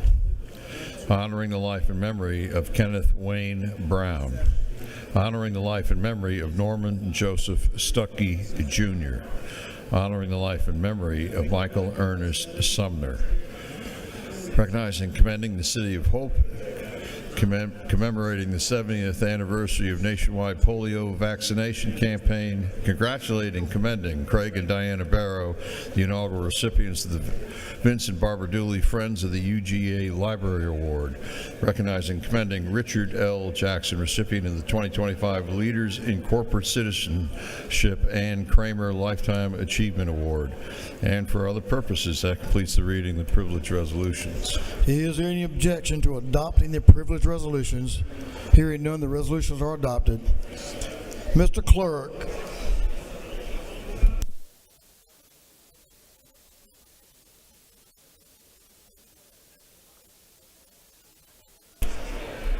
Mr. Clerk, will you read the caption of House Bill 506? House Bill number 506 by Representative Hilton of the 48th, being titled an act to amend Article 7 of Chapter 4, Title 49 of the Official Code of Georgia Annotated relating to medical assistance generally so as to provide Medicaid coverage for tobacco cessation treatments. This bill having referred to the Committee on Public and Community Health, that committee recommends that this bill do pass.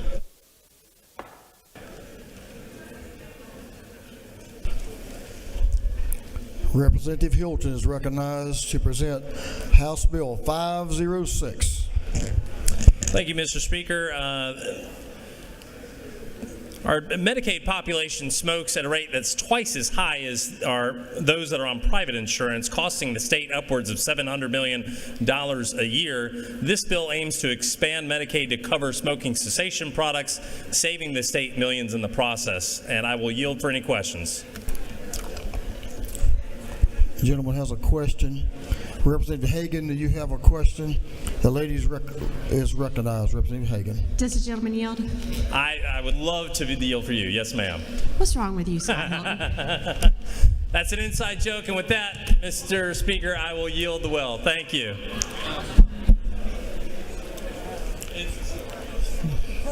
The gentleman has yielded the well. That's all I need to know. Is there any objection to the previous question being ordered? Hearing none, the previous question is ordered. Is there any objection to agreeing to the report of the committee which was favorable to the passage of the bill? Hearing none, the report of the committee is agreed to. Shall this bill now pass? All in favor of the passage of the bill will vote yes. All those opposed will vote no, and the clerk will unlock the machine.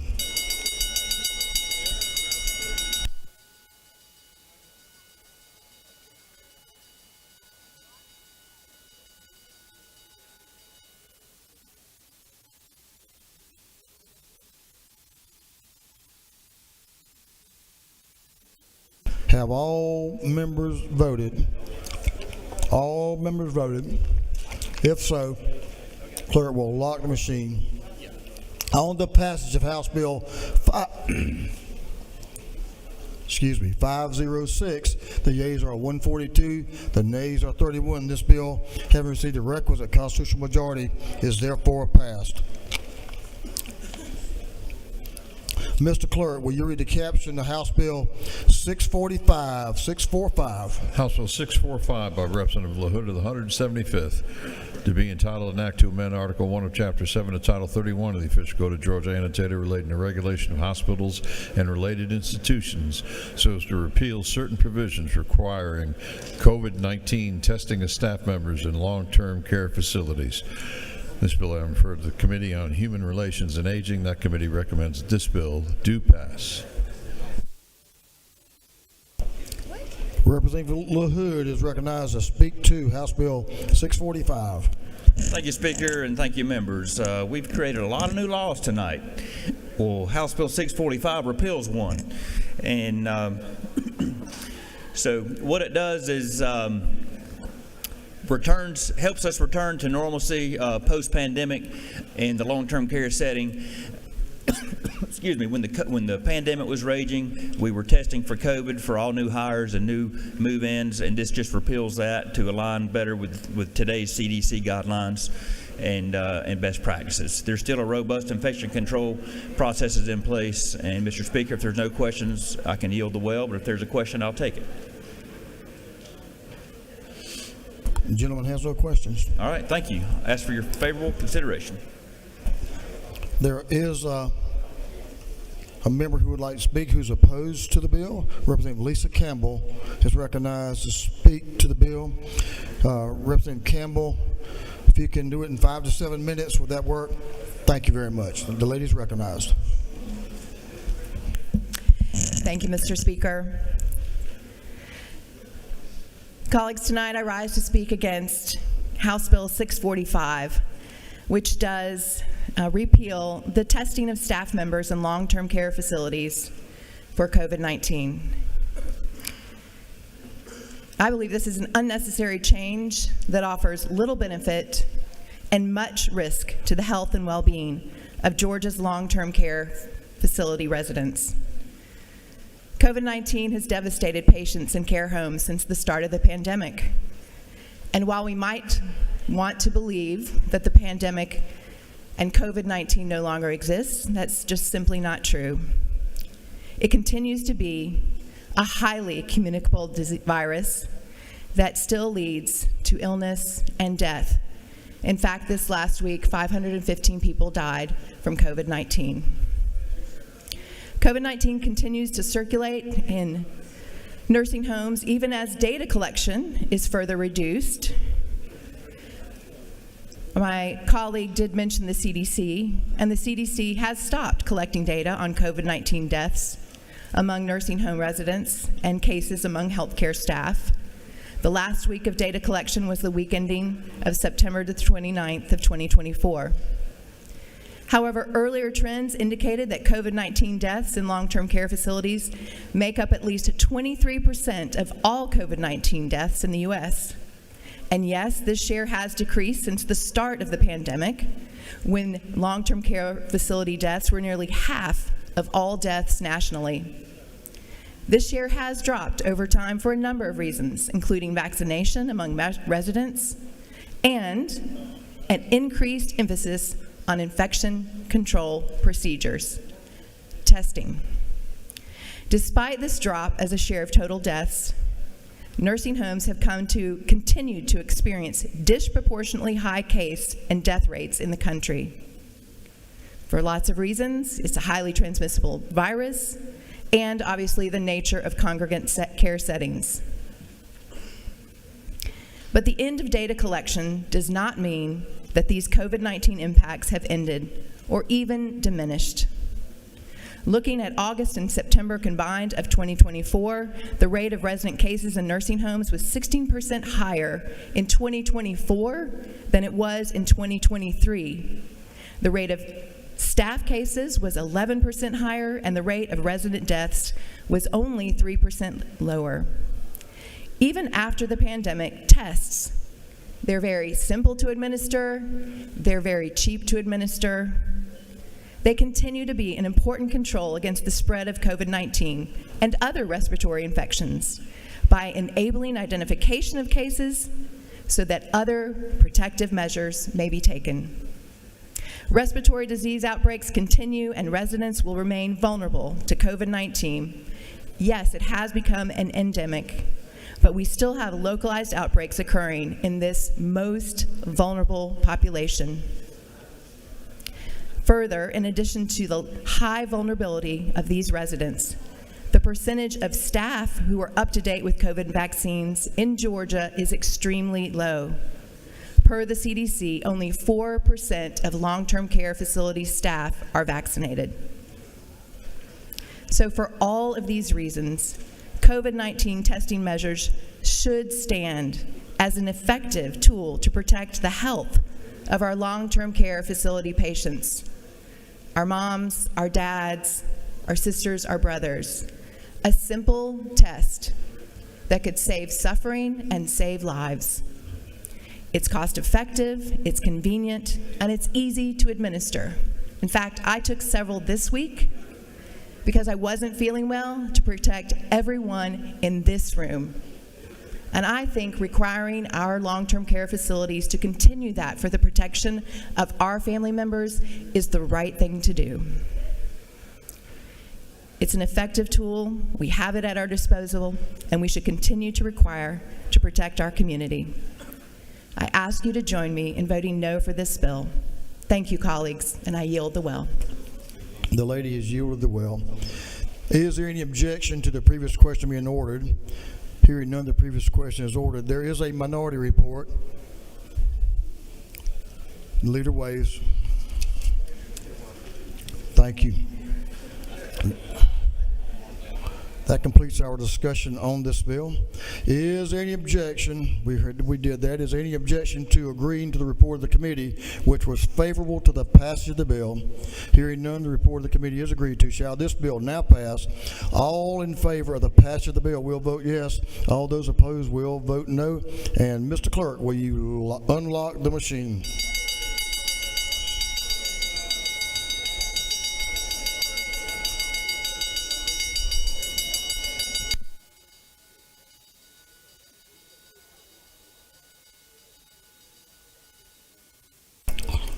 Have all members voted? For what purposes, Representative? All rise. All rise. Parliamentary inquiry. State your inquiry. Isn't it true that even most hospitals now no longer routinely screen asymptomatic patients for COVID on admission? I'm sure the lady knows what she speaks. She is a physician. Thank you. I think this is a reasonable bill. For what purposes, Representative Barnes? Rise. Parliamentary inquiry. State your inquiry, Representative. Is it not true that very few of us in here have expertise in epidemiology or public health to make this decision when the CDC or NIH have ceased communication on a pandemic and communication on diseases that are coming out? I'm sure the lady believes of what she speaks. Have all members now voted? All members voted. If so, Mr. Clerk, will you lock the machine? On the passage of House Bill 645, the yeas are 123, the nays are 45. This bill, having received the requisite constitutional majority, is therefore passed.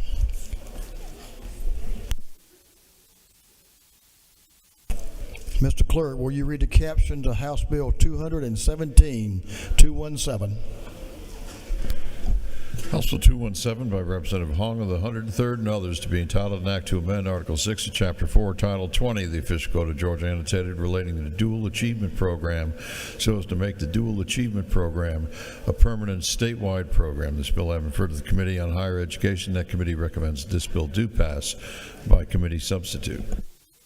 Representative Hong is recognized to present the bill. Thank you, Mr. Speaker.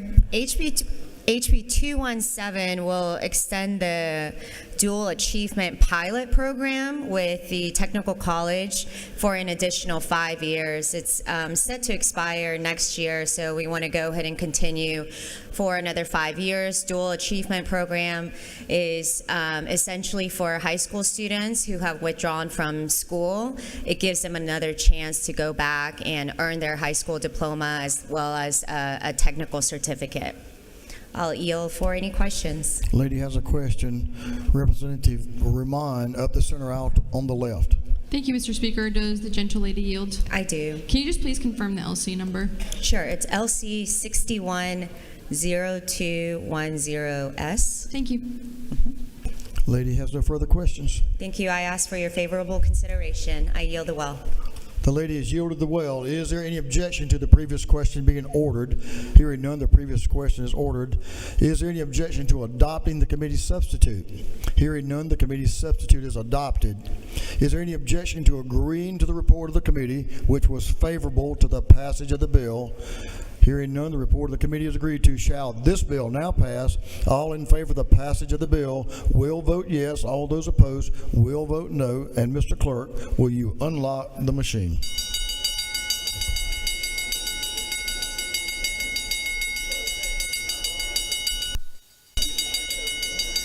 Have all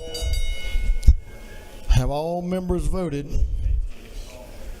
Have all members voted? If so,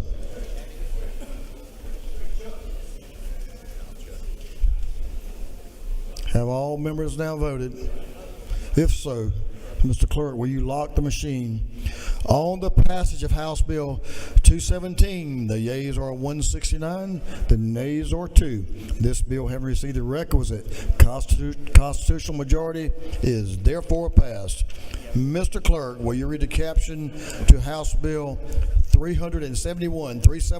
House Bill 371 by Representative Corbett of the 174th, being entitled an act to amend Code Section 22-260 of the Official Code of Georgia annotated relating to capital outlay funds generally under the Quality Basic Education Act, so as to provide for an increase in the state's minimum authorization of capital outlay funding. This bill having referred to the Committee on Education, that committee recommends that this bill do pass. Chairman John Corbett is recognized to present House Bill 371. Thank you, Mr. Speaker. Members, I bring before you House Bill 371.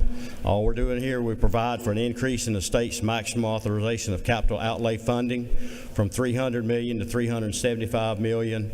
This is for construction or modification of local education facilities. This will not take effect until 2027. 2 reasons this is needed. This has not been increased since 2007, so the prices has went up dramatically since 2007. And then last year in 2024, we added pre-K to the FTE funding formula. So that's why it's needed. Mr. Speaker, I appreciate everybody's favorable consideration. Stand for any questions if there are any. The gentleman has no questions. Thank you. Gentlemen, yielded the well. Is there any objection to the previous question being ordered? Hearing none, the previous question is ordered. Is there any objection to agreeing to the report of the committee, which was favorable to the passage of the bill? Hearing none, the report of the committee is agreed to. Shall this bill now pass? All in favor of the passage of the bill will vote yes. All those opposed will vote no. And Mr. Clerk, will you unlock the machine?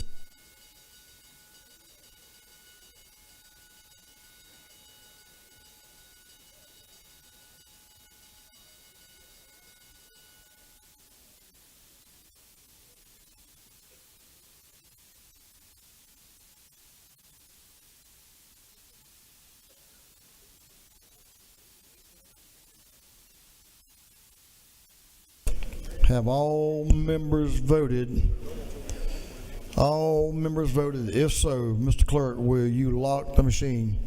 On the passage of House Bill 371, the yeas are 170, the nays are 2. This bill, having received the requisite constitutional majority, is therefore passed.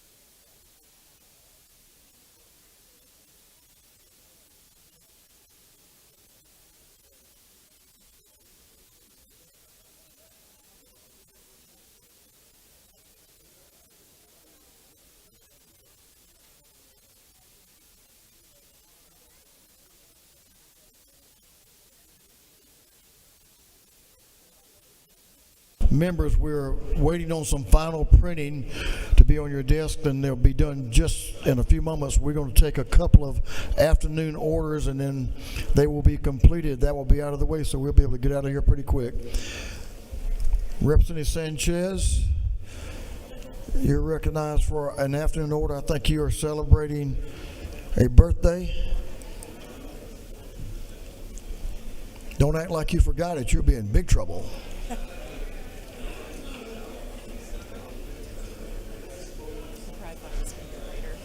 Yes, we moved you up a little bit. Thanks for adapting. Yeah. Representative Sanchez is recognized. Thank you, Mr. Speaker. I just came up here. We're about 2 hours away from the most important day in my year, which is the birthday for my lovely fiance, Anna. the most beautiful, amazing, and intelligent woman ever. Of course, all of y'all here are great as well. But yes, I love you, Anna. Happy early birthday. And in 2 hours, we'll definitely start celebrating. Thank you so much, Mr. Speaker. Good job. I think you're going to be fine. Chairlady Lynn Smith has an announcement to tell us about some things on your desk, I believe. Chairlady Smith. Thank you, Mr. Speaker and members of the House. If y'all still have any energy left in you tomorrow, look in your desk or in your trash can for this folder that tells you about natural resource amenities and all available in our state. I know people say we're the #1 state to do business. We are the #1 state in what we offer. And if those of you don't want to pull your folder out of the trash can, give it to me, because there's something in an envelope that will help you see all the parks in Georgia. So enjoy your lovely states. It's from the Department of Natural Resources. Thank you.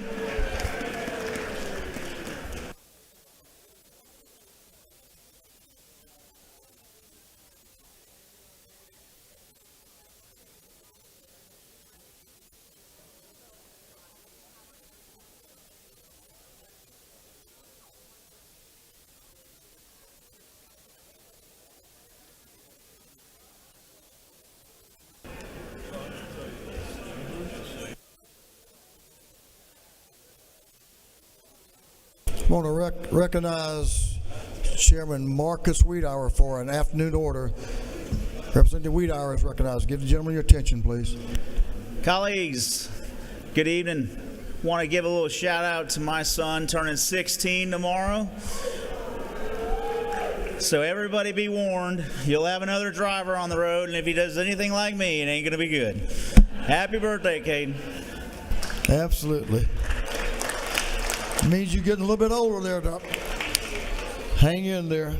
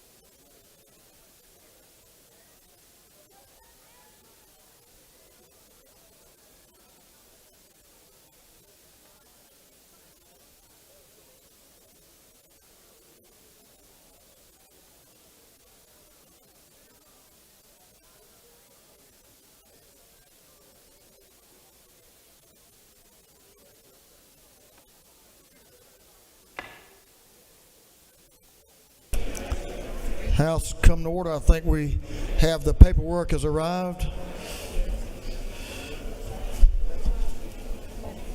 I got it. Thank you. And we'll move forward so we can wrap this thing up. Mr. Clerk, will you read the caption to House Bill 471? 471.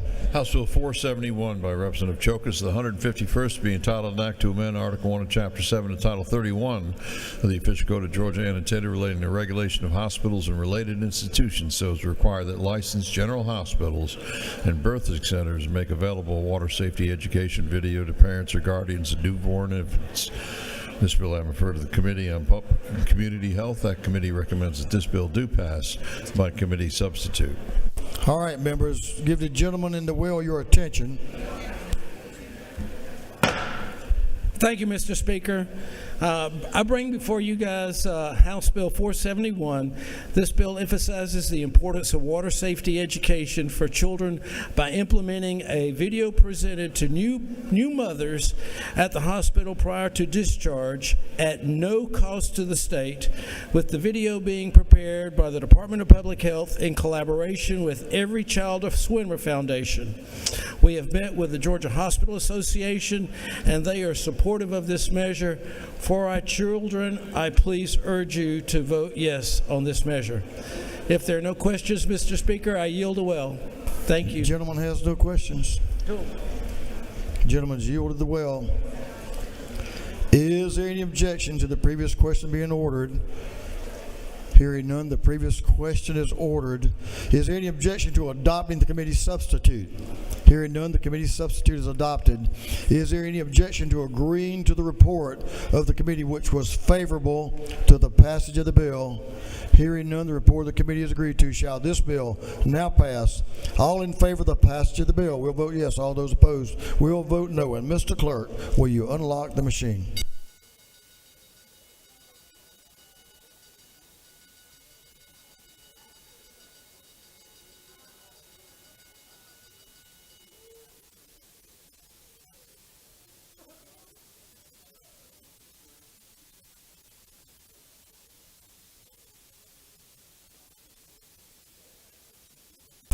Have all members voted?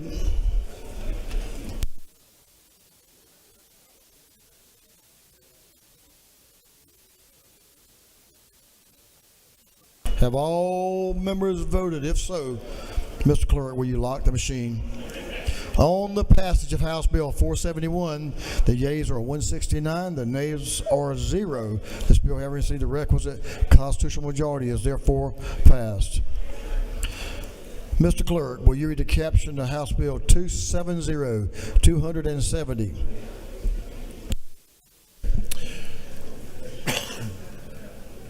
House Bill 270 by Representative Reeves, the 99th, and others to be entitled an act to amend Article 7 of Chapter 10 of Title 9 of the Official Code of Georgia annotated relating to continuances so as to provide for the continuance and stay of proceedings related to eviction of tenants at certain airports. This bill I referred to the Committee on Judiciary. That committee recommends that this bill do pass by committee substitute. Representative Reeves is recognized to present House Bill 270. Thank you, Speaker Burns. House colleagues, House Bill 270 is just limited to the method of service of evictions now. All of the airport issues were taken out in committee, so this is a very straightforward bill. There was a court decision last year, the MINUSCO court decision in the Court of Appeals, that took a departure from about 100 years of process service. So in the past, either a private process server or the sheriff could serve the high number of evictions that we had. The court opinion said, unlike all of the other court cases, you couldn't have a private process server do it. This mirrors the same language in the rest of the code and allows private process servers to continue serving evictions just like every other case. We've responded to a court opinion in this and this will return the law to the custom for many, many years. You still have due process because a court has to appoint the process servers. So this returns the law to the way it was before that court decision last year. If there are no questions, I yield the well, Mr. Speaker, and request favorable consideration. Gentleman has no questions. Thank you. Gentlemen, is yielded the well. Is there any objection to the previous question being ordered? Hearing none, the previous question is ordered. Is there any objection to adopting the committee's substitute? Hearing none, the committee's substitute is adopted. Is there any objection to agreeing to the report of the committee, which was favorable to the passage of the bill? Hearing none, the report of the committee is agreed to. Shall this bill now pass? All in favor of passage of the bill will vote yes. All those opposed will vote no. And Mr. Clerk, will you unlock the machine?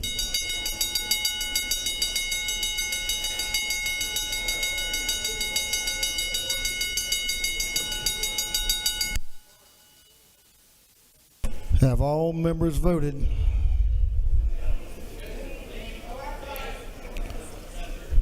All members voted? If so, Mr. Clerk, will you lock the machine? On the passage of House Bill 270, the yeas are 172, the nays are 0. This bill, having received the requisite constitutional majority, is therefore passed. Mr. Clerk, will you read the caption of House Bill 266?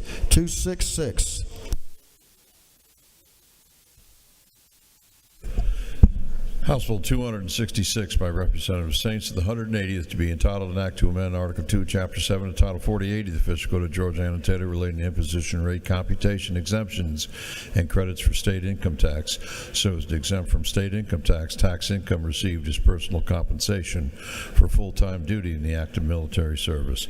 This bill having referred to the Committee on Ways and Means, that committee recommends that this bill do pass by committee substitute. Representative Sains is recognized to present House Bill 266. Thank you, Mr. Speaker. This was a committee sub, so it's a little different than what is on the title of the bill, but House Bill 266, as subbed by Ways and Means, doubles the military retirement tax benefit from $17,500 to $35,000. It gives our military retired veterans the same benefit we give to all Georgia citizens who are above 65. We just allow that benefit as soon as they retire from the military to take effect. This builds on the work of Representative Petrie, who took on the base benefit several years ago, as well as Representative Ballard, who helped craft this initiative, and of course Representative Blackman, who chaired the committee, and Representative Bonner.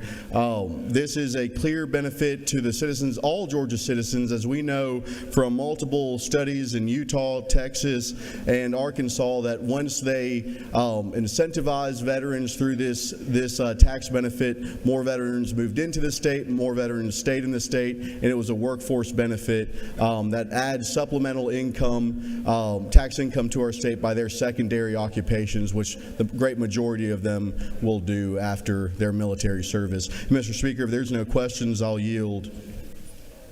The gentleman has several questions. Representative Bonner, Chairman Bonner, to your right, is recognized for a question. Does the gentleman yield? I do. Is it not true that extending this benefit truly makes Georgia a military-friendly state and will make us more competitive with our neighbors? It'll make us more competitive with our neighbors, and as the gentleman said, and he knows the matter very well, this is my primary interest is the workforce benefit. We have a great amount of Kings Bay retirees that we lose, that we need to recruit for the industries that support our military bases all around this state. Great bill. Thank you for carrying it. I'll yield for one more question, Mr. Speaker. Representative Hefner, to your left, towards your back, is recognized for a question. Thank you, Mr. Speaker. Does the gentleman yield? I do.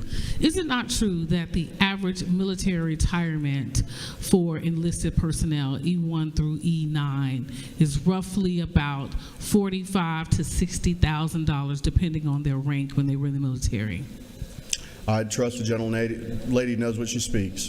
Is it also not true that both bills that we have passed in this chamber today concerning income tax would be a benefit to families in this earning category?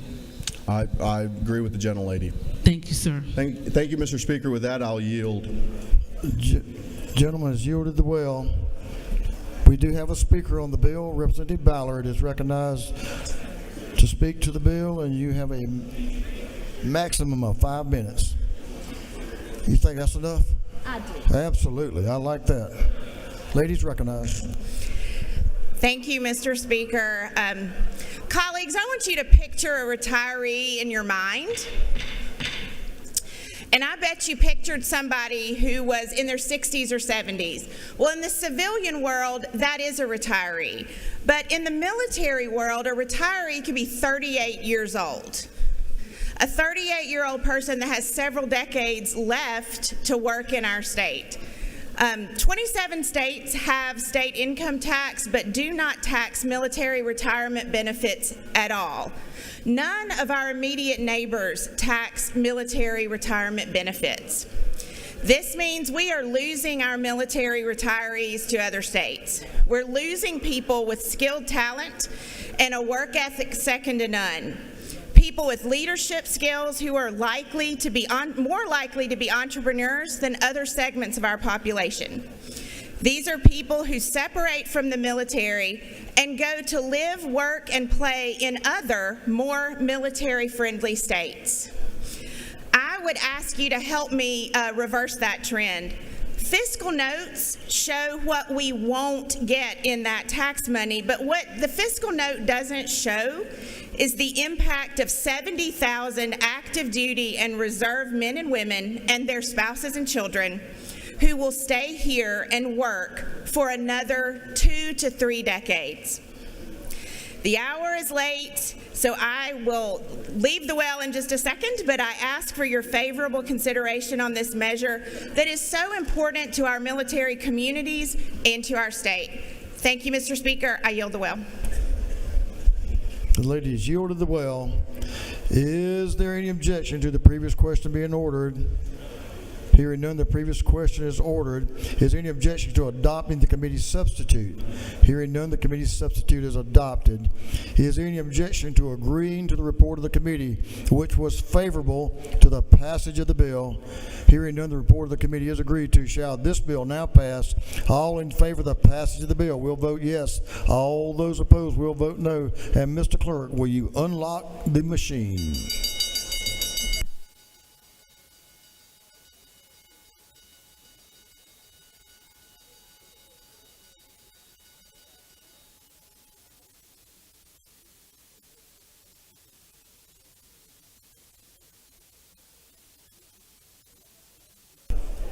Have all members voted? For what purposes Representative Reese rise? Parliamentary inquiry, Mr. Speaker. State your inquiry. Mr. Speaker, isn't it true that the Columbus community is going to be extremely appreciative of this legislation, and that I'm honored to have worked with Representative Ballard and so many others on initiatives like this to try to get this passed for our state, and I fully support this bill. I know the gentleman cares about his community and knows of what he speaks. We appreciate all that's worked on this legislation. Have all members now voted? If so, Mr. Clerk, will you lock the machine? On the passage of House Bill 266, the yeas are 171, the nays are 0. This bill, having received the requisite constitutional majority, is therefore passed. Mr. Clerk, will you read the caption to House Bill 529? 529. House Bill 529 by Representative Barrett of the 24th, to be entitled an act to amend Title 13 of the Official Code of Georgia annotated relating to contracts so as to provide consumers with the option of having service contracts that contain automatic renewal provisions terminate after their specified period rather than being subject to the automatic renewal provision. This bill having referred to the Committee on Agriculture and Consumer Affairs, that committee recommends that this bill pass by Rules Committee sub. Representative Carter Barrett is recognized to present the bill. Representative Barrett. Thank you, Mr. Speaker. Ladies and gentlemen, this bill is called the Georgia Online Automatic Renewal Transparency Act. The name kind of says it all. Everyone in this room has been shocked by an automatic renewal on a subscription they've gotten over, and oftentimes at a dramatically higher rate than they've had before. And virtually everyone in this room has been exasperated with the difficulty in getting out of these contracts and these subscriptions at times. The Georgia Online Automatic Renewal Transparency Act addresses some of the challenges with automatic renewals of subscriptions. This bill is working off of a bill passed by Vice Chairman Houston Gaines, coincidentally 2 years ago today. That bill was passed overwhelmingly, by the way, 2 years ago, and I think he got an enormous standing ovation. I remember it well. This bill is designed to protect consumers from really bad actors out there. It basically does one thing. When a consumer signs up for a subscription for a certain period of time, like a year, they should have the option to have the subscription end at the end of the term. This eliminates the need for the consumer to have to remember to cancel the subscription in the future. If the consumer wants to set up for an automatic renewal, they can. But let's face it, when you go out and get a newspaper subscription for a year and someone offers you a rate of $80 or $100, you say, okay, great, I'm going to get a newspaper subscription for a year. That doesn't mean I'm getting a subscription for a year and maybe I'll have it for a year after that and a year after that and maybe it'll be $500 next year. It means I'm signing up for a year for a price. This bill is a simple bill. It does one thing. It lets you essentially have the ability to opt in rather than having to opt out. This bill is supported by the Georgia Council on Aging. It's going to help a lot of our senior citizens. It's a great bipartisan bill. I'm grateful to all of my friends on both sides of the aisle who supported it, especially my seatmate, Representative Scott Holcomb over there. And thank you very much. I appreciate your consideration. I'd be happy to answer any questions. The gentleman has a couple of questions. Representative Corbett, to your right, extreme right. Back in the corner is recognized for a question. Thank you, Mr. Speaker. Does the gentleman yield? For you, sir, I certainly yield. Is it not true that I support your bill, but I still have concerns that it does not go far enough? Because there's nothing in this bill that addresses the issue I have with my mother-in-law's daughter, that every month I have unauthorized charges on my credit card.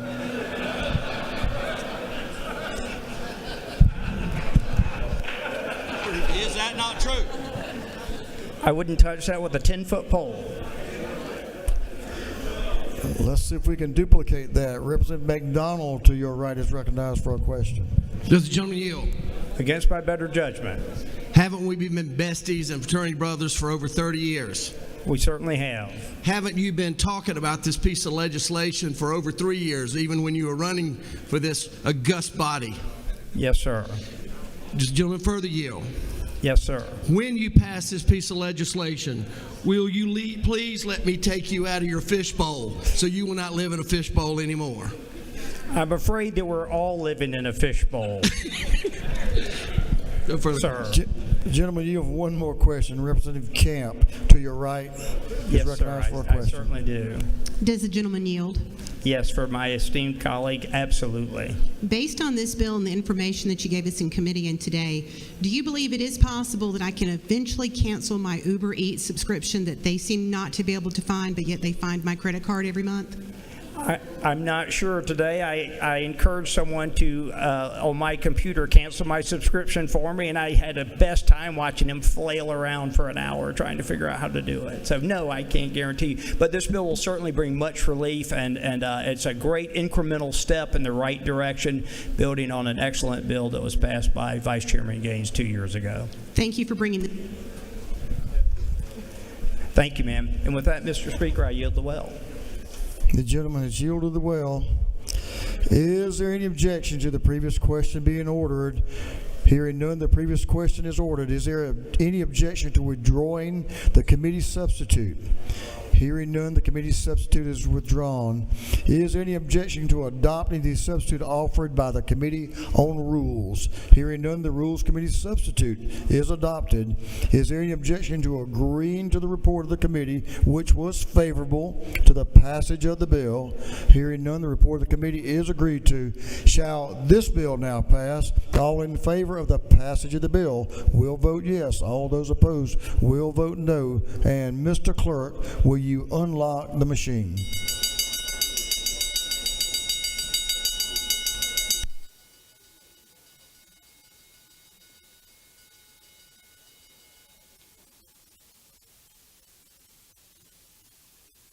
Have all members voted?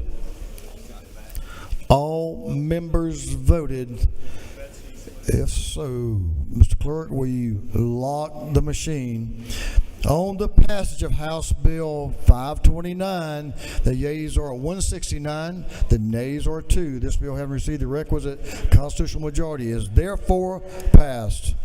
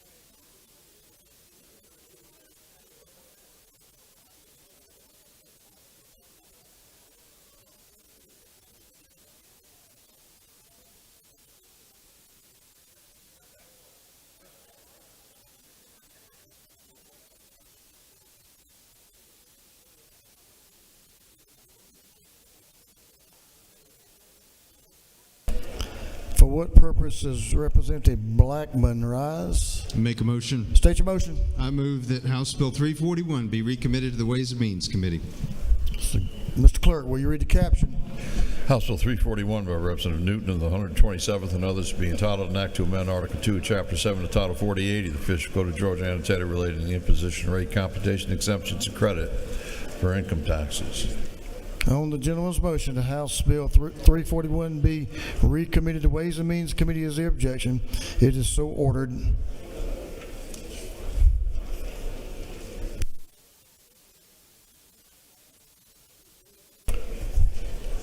Mr. Clerk, will you read the caption to House Bill 397? House Bill 397 by Representative Fleming of the 114th and others to be entitled an act to amend Chapter 2 of Title 21 of the Official Code of Georgia annotated relating to elections and primaries generally so as to allow municipalities to opt in to providing advance voting on Saturdays for municipal elections. This bill having been referred to the Committee on Governmental Affairs. That committee recommends that this bill do pass by Rules Committee substitute. Representative Fleming is recognized to present the bill. Representative Fleming. Thank you, Mr. Speaker and colleagues. House Bill 397 is fairly simple with the rule substitute. What this bill does is it deals with the election and removal of state election board members. Currently, the legislature, when we are in session, we can elect our appointees from each body to the state elections board, and we can also remove our appointees to the state elections board. When we are not in session, the President of the Senate and the Speaker of the House have the authority to appoint representatives to the state elections board. What this does, it mirrors the authority we have when we're in session to remove, and allows the President of the Senate and the Speaker of the House to also remove a member when we are not in session. Mr. Speaker, that is what the bill does, and if there's no questions, I'll yield the well. The gentleman has a question. Representative Alden Sanya is recognized for a question to your left. Does the gentleman yield? Yes, sir. So the bill in its current form doesn't prohibit the Saturday voting for municipalities? You should have the sub on your desk. Okay. Thank you. The gentleman has no further questions. Thank you. Ask for your favorable consideration. Yield the well. Is there any objection? The gentleman has yielded the well. Is there any objection to the previous question being ordered? Is there any objection to withdrawing the committee substitute? Hearing none, the committee substitute is withdrawn. Is there any objection to adopting the substitute offered by the Committee on Rules? Hearing none, the Rules Committee substitute is adopted. Is there any objection to agreeing to the report of the committee, which was favorable to the passage of the bill? Hearing none, the report of the committee is agreed to. Shall this bill now pass? All in favor of the passage of the bill will vote yes.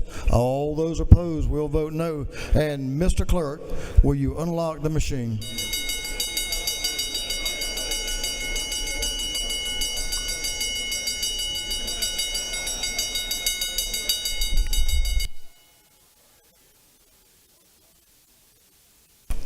Have all members voted? All members now voted. If so, Mr. Clerk, will you lock the machine on the passage of House Bill 397? The yeas are 159, the nays are 13. This bill, having received the requisite constitutional majority, is therefore passed. Mr. Clerk, will you read the caption to House Bill 328? House Bill 328 by Representative Carpenter the fourth and others to be entitled an act to amend Article 2, Chapter 7 of Title 48 of the Official Code of Georgia annotated relating to income tax and imposition rate computation exemptions and credits so as to increase the annual aggregate limit for tax credits available for certain contributions to student scholarship organizations. This bill having referred to the Committee on Ways and Means, that committee recommends this bill do pass by committee substitute.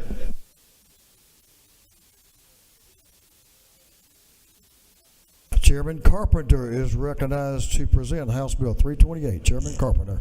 Thank you, Speaker. Basically, this bill does four things to strengthen the QEE tax credit. The first thing it does is it increases the cap to $140 million. We know that over $240 million was subscribed on day one for this program, so it left a proration amount of 53%. The additional $20 million will help as the program continues to grow. This bill also seeks to allow insurance companies to participate at a higher rate but a smaller percentage of their profits. It clarifies that this cannot be the tax credits cannot be rolled over into the next year, and it also allows you to get another bite at the apple in July if the tax credits are not fully funded at 95%. I appreciate everybody's help on this legislation. As just a friendly reminder, this tax credit saves the state about $1,500 a student, as the average scholarships are $1,500 less than what we currently fund public education. And also 46% of the scholarships are used for minorities, and the average income family income is $31,000. I'll be glad to take any questions. Representative Carson of the Center Aisle is recognized for a question.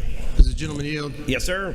Thank you for bringing this bill. Is it not true? I had some initial concerns, but those have been, we've worked through it. We've agreed to work on this bill as it continues through the process, and this overall strengthens the program for Georgia taxpayers. Is that not true? That's correct, Chairman. Thank you for your work on this. This has been an issue that's been near and dear to your heart, and I appreciate you allowing me to help work on it as well. The gentleman has no further questions. Thank you. I appreciate your favorable consideration. The gentleman has yielded the well. Is there any objection to the previous question being ordered? Hearing none, the previous question is ordered. Is there any objection to adopting the committee substitute? Hearing none, the committee substitute is adopted. Is there any objection to agreeing to the report of the committee, which was favorable to the passage of the bill? Hearing none, the report of the committee is agreed to. Shall this bill now pass? All in favor of the passage of the bill will vote yes. All those opposed will vote no. And Mr. Clerk, will you unlock the machine?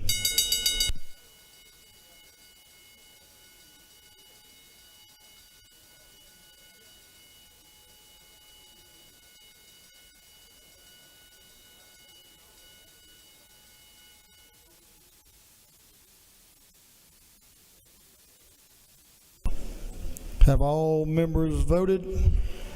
All members voted. If so, Mr. Clerk, will you lock the machine? On the passage of House Bill 328, the yeas are 98, the nays are 75. This bill, having received the requisite constitutional majority, is therefore passed.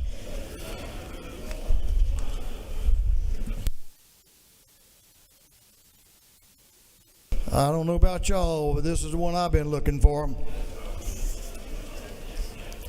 Mr. Clerk, will you read the caption to House Resolution 128? House Resolution 128 by Representative Dempsey the 13th and others, a resolution compensating Mr. Joseph Samuel Watkins. This resolution having been submitted to the Committee on Appropriations. That committee recommends that this resolution be adopted by Rules Committee substitute.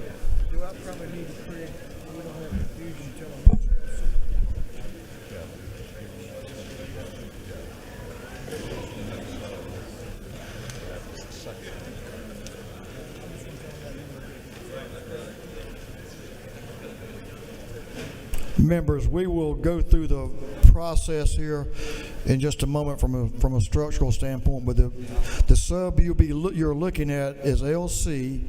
It's the second one you received, is LC 6001295. Oh, excuse me, that's an S. These young people can't write, and she's tired too. And maybe my eyes are tired. I see it was an S all the time. I'm sorry. Maybe it's my eyes. LC 6001295S. That's the LC with that Representative Dempsey will be speaking to. The lady is recognized to present the resolution.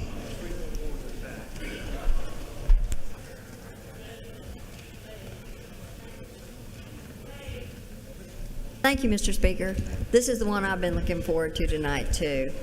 I know it's a measure that probably everyone here wishes we were not voting on, though, and I want to respectfully ask you to help me do this, though. H.R. 128 represents 5 compensation resolutions that Representative Evans, Representative Crawford, and I have worked on. They represent 5 unique individuals, each who lost years of their life due to wrongful convictions and incarceration. They represent 4 individual resolutions that have passed out of this House already. There is one other who is a co-defendant in a case that previously passed out of this House. We've done this before. It is no doubt painful. Each of these men were denied their opportunity to an education, to build a career, relationships and family, time to seek a financial future for themselves and their loved ones. Compensation will not buy back those opportunities or those years, but it will help them move forward, and it is the least we can do. I cannot imagine what it would be like to be innocent and to be locked away and to lose all of that time. These 5 men are not just exonerated, they were found to be innocent. It's sad, it's a tragedy, and today it is our responsibility to take care of this. I ask, the hour is late. I would rather not yield for questions. I will if I must, but I ask for your respectful consideration of this, that we move it on and try once again over in the Senate. Mr. Speaker, I yield the well. The lady had no question. She yields the well. Is there any objection to the previous question being ordered? Okay, here's where we got to get this just right. Is there objection to withdrawing Rules Committee Sub LC 60127S? Hearing no, Chair hears none, and the Rules Committee substitute is withdrawn. Now, is there any objection to adopting the substitute offered by the Committee on Rules, LC 6001229S? Hearing none, the Rules Committee substitute is adopted. Is there any objection to agreeing to the report of the committee, which was favorable to the adoption of the resolution? Hearing none, the report of the committee is agreed to. Shall this resolution now be adopted? All in favor of the adoption of the resolution will vote yes. All those opposed will vote no. And Mr. Clerk, will you unlock the machine?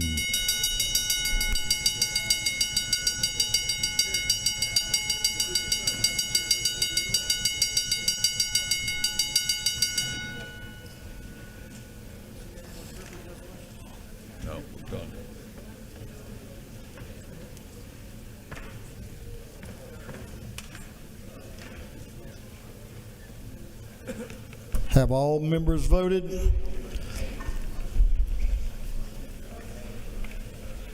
Take your time. All members voted.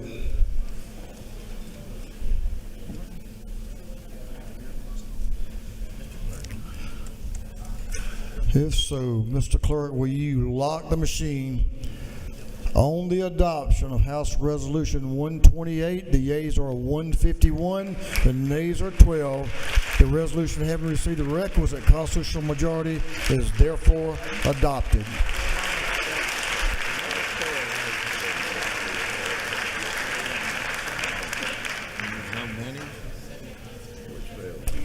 Chair Lady Dempsey, you had a little rough start to the morning, but a great end to the evening. Thank you for your work and for your perseverance. And thanks for your work on this bill.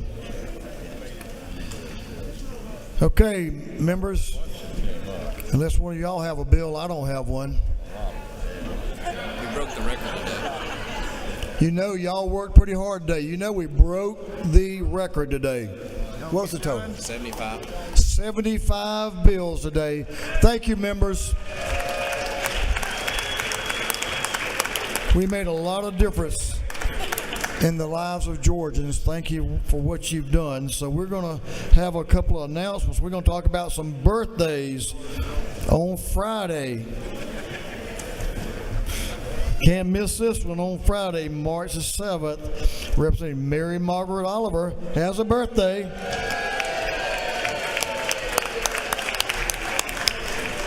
Also celebrating will be Representative David Jenkins. He'll be celebrating the birthday as well, Representative Jenkins. Now on Saturday, March the 8th, she's still making up to me, but she'll get there. Representative Sandy Donatucci has a birthday. Congratulations. Happy birthday to all of you all. Representative Bell is recognized for an announcement. While Representative Bell is coming down, we have some pages. Hold up 1 minute. We're going to let Representative Bell, I want y'all to be greatly acknowledged when y'all come down. Representative Bell, come on down and make your announcement. Good evening, colleagues. Thank you, Mr. Speaker, for acknowledgement. No, time is late, but I have my friend Westwood P., who's managing at MJQ, and he would like to invite us all over for a little fun after this. So if you would like to join us, we'll be meeting afterward near the water fountain. He'll walk us over, and we'll have a great time at MJQ. Thank you, Mr. Speaker. First time for everything. All right, we have pages that have been here with us all day doing the work of this house. Y'all come on down so we can thank you. Y'all walk down front. Come on down the center aisle. It's a great honor to walk down the front center aisle of this house.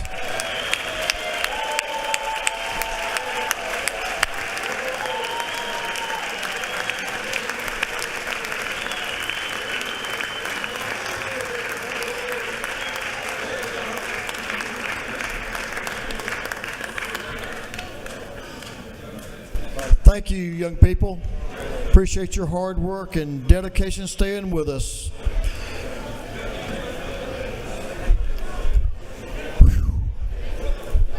The majority leader of this House is recognized for a motion. Mr. Leader. Thank you, Mr. Speaker. I move that this House stand adjourned until 1 p.m. on Monday, March 10th, 2025.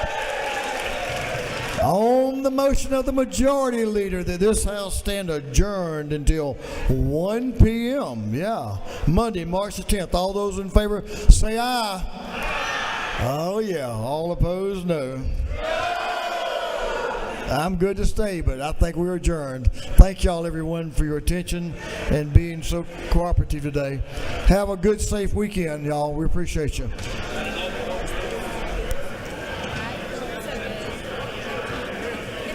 I never bet. I am a kid, yes.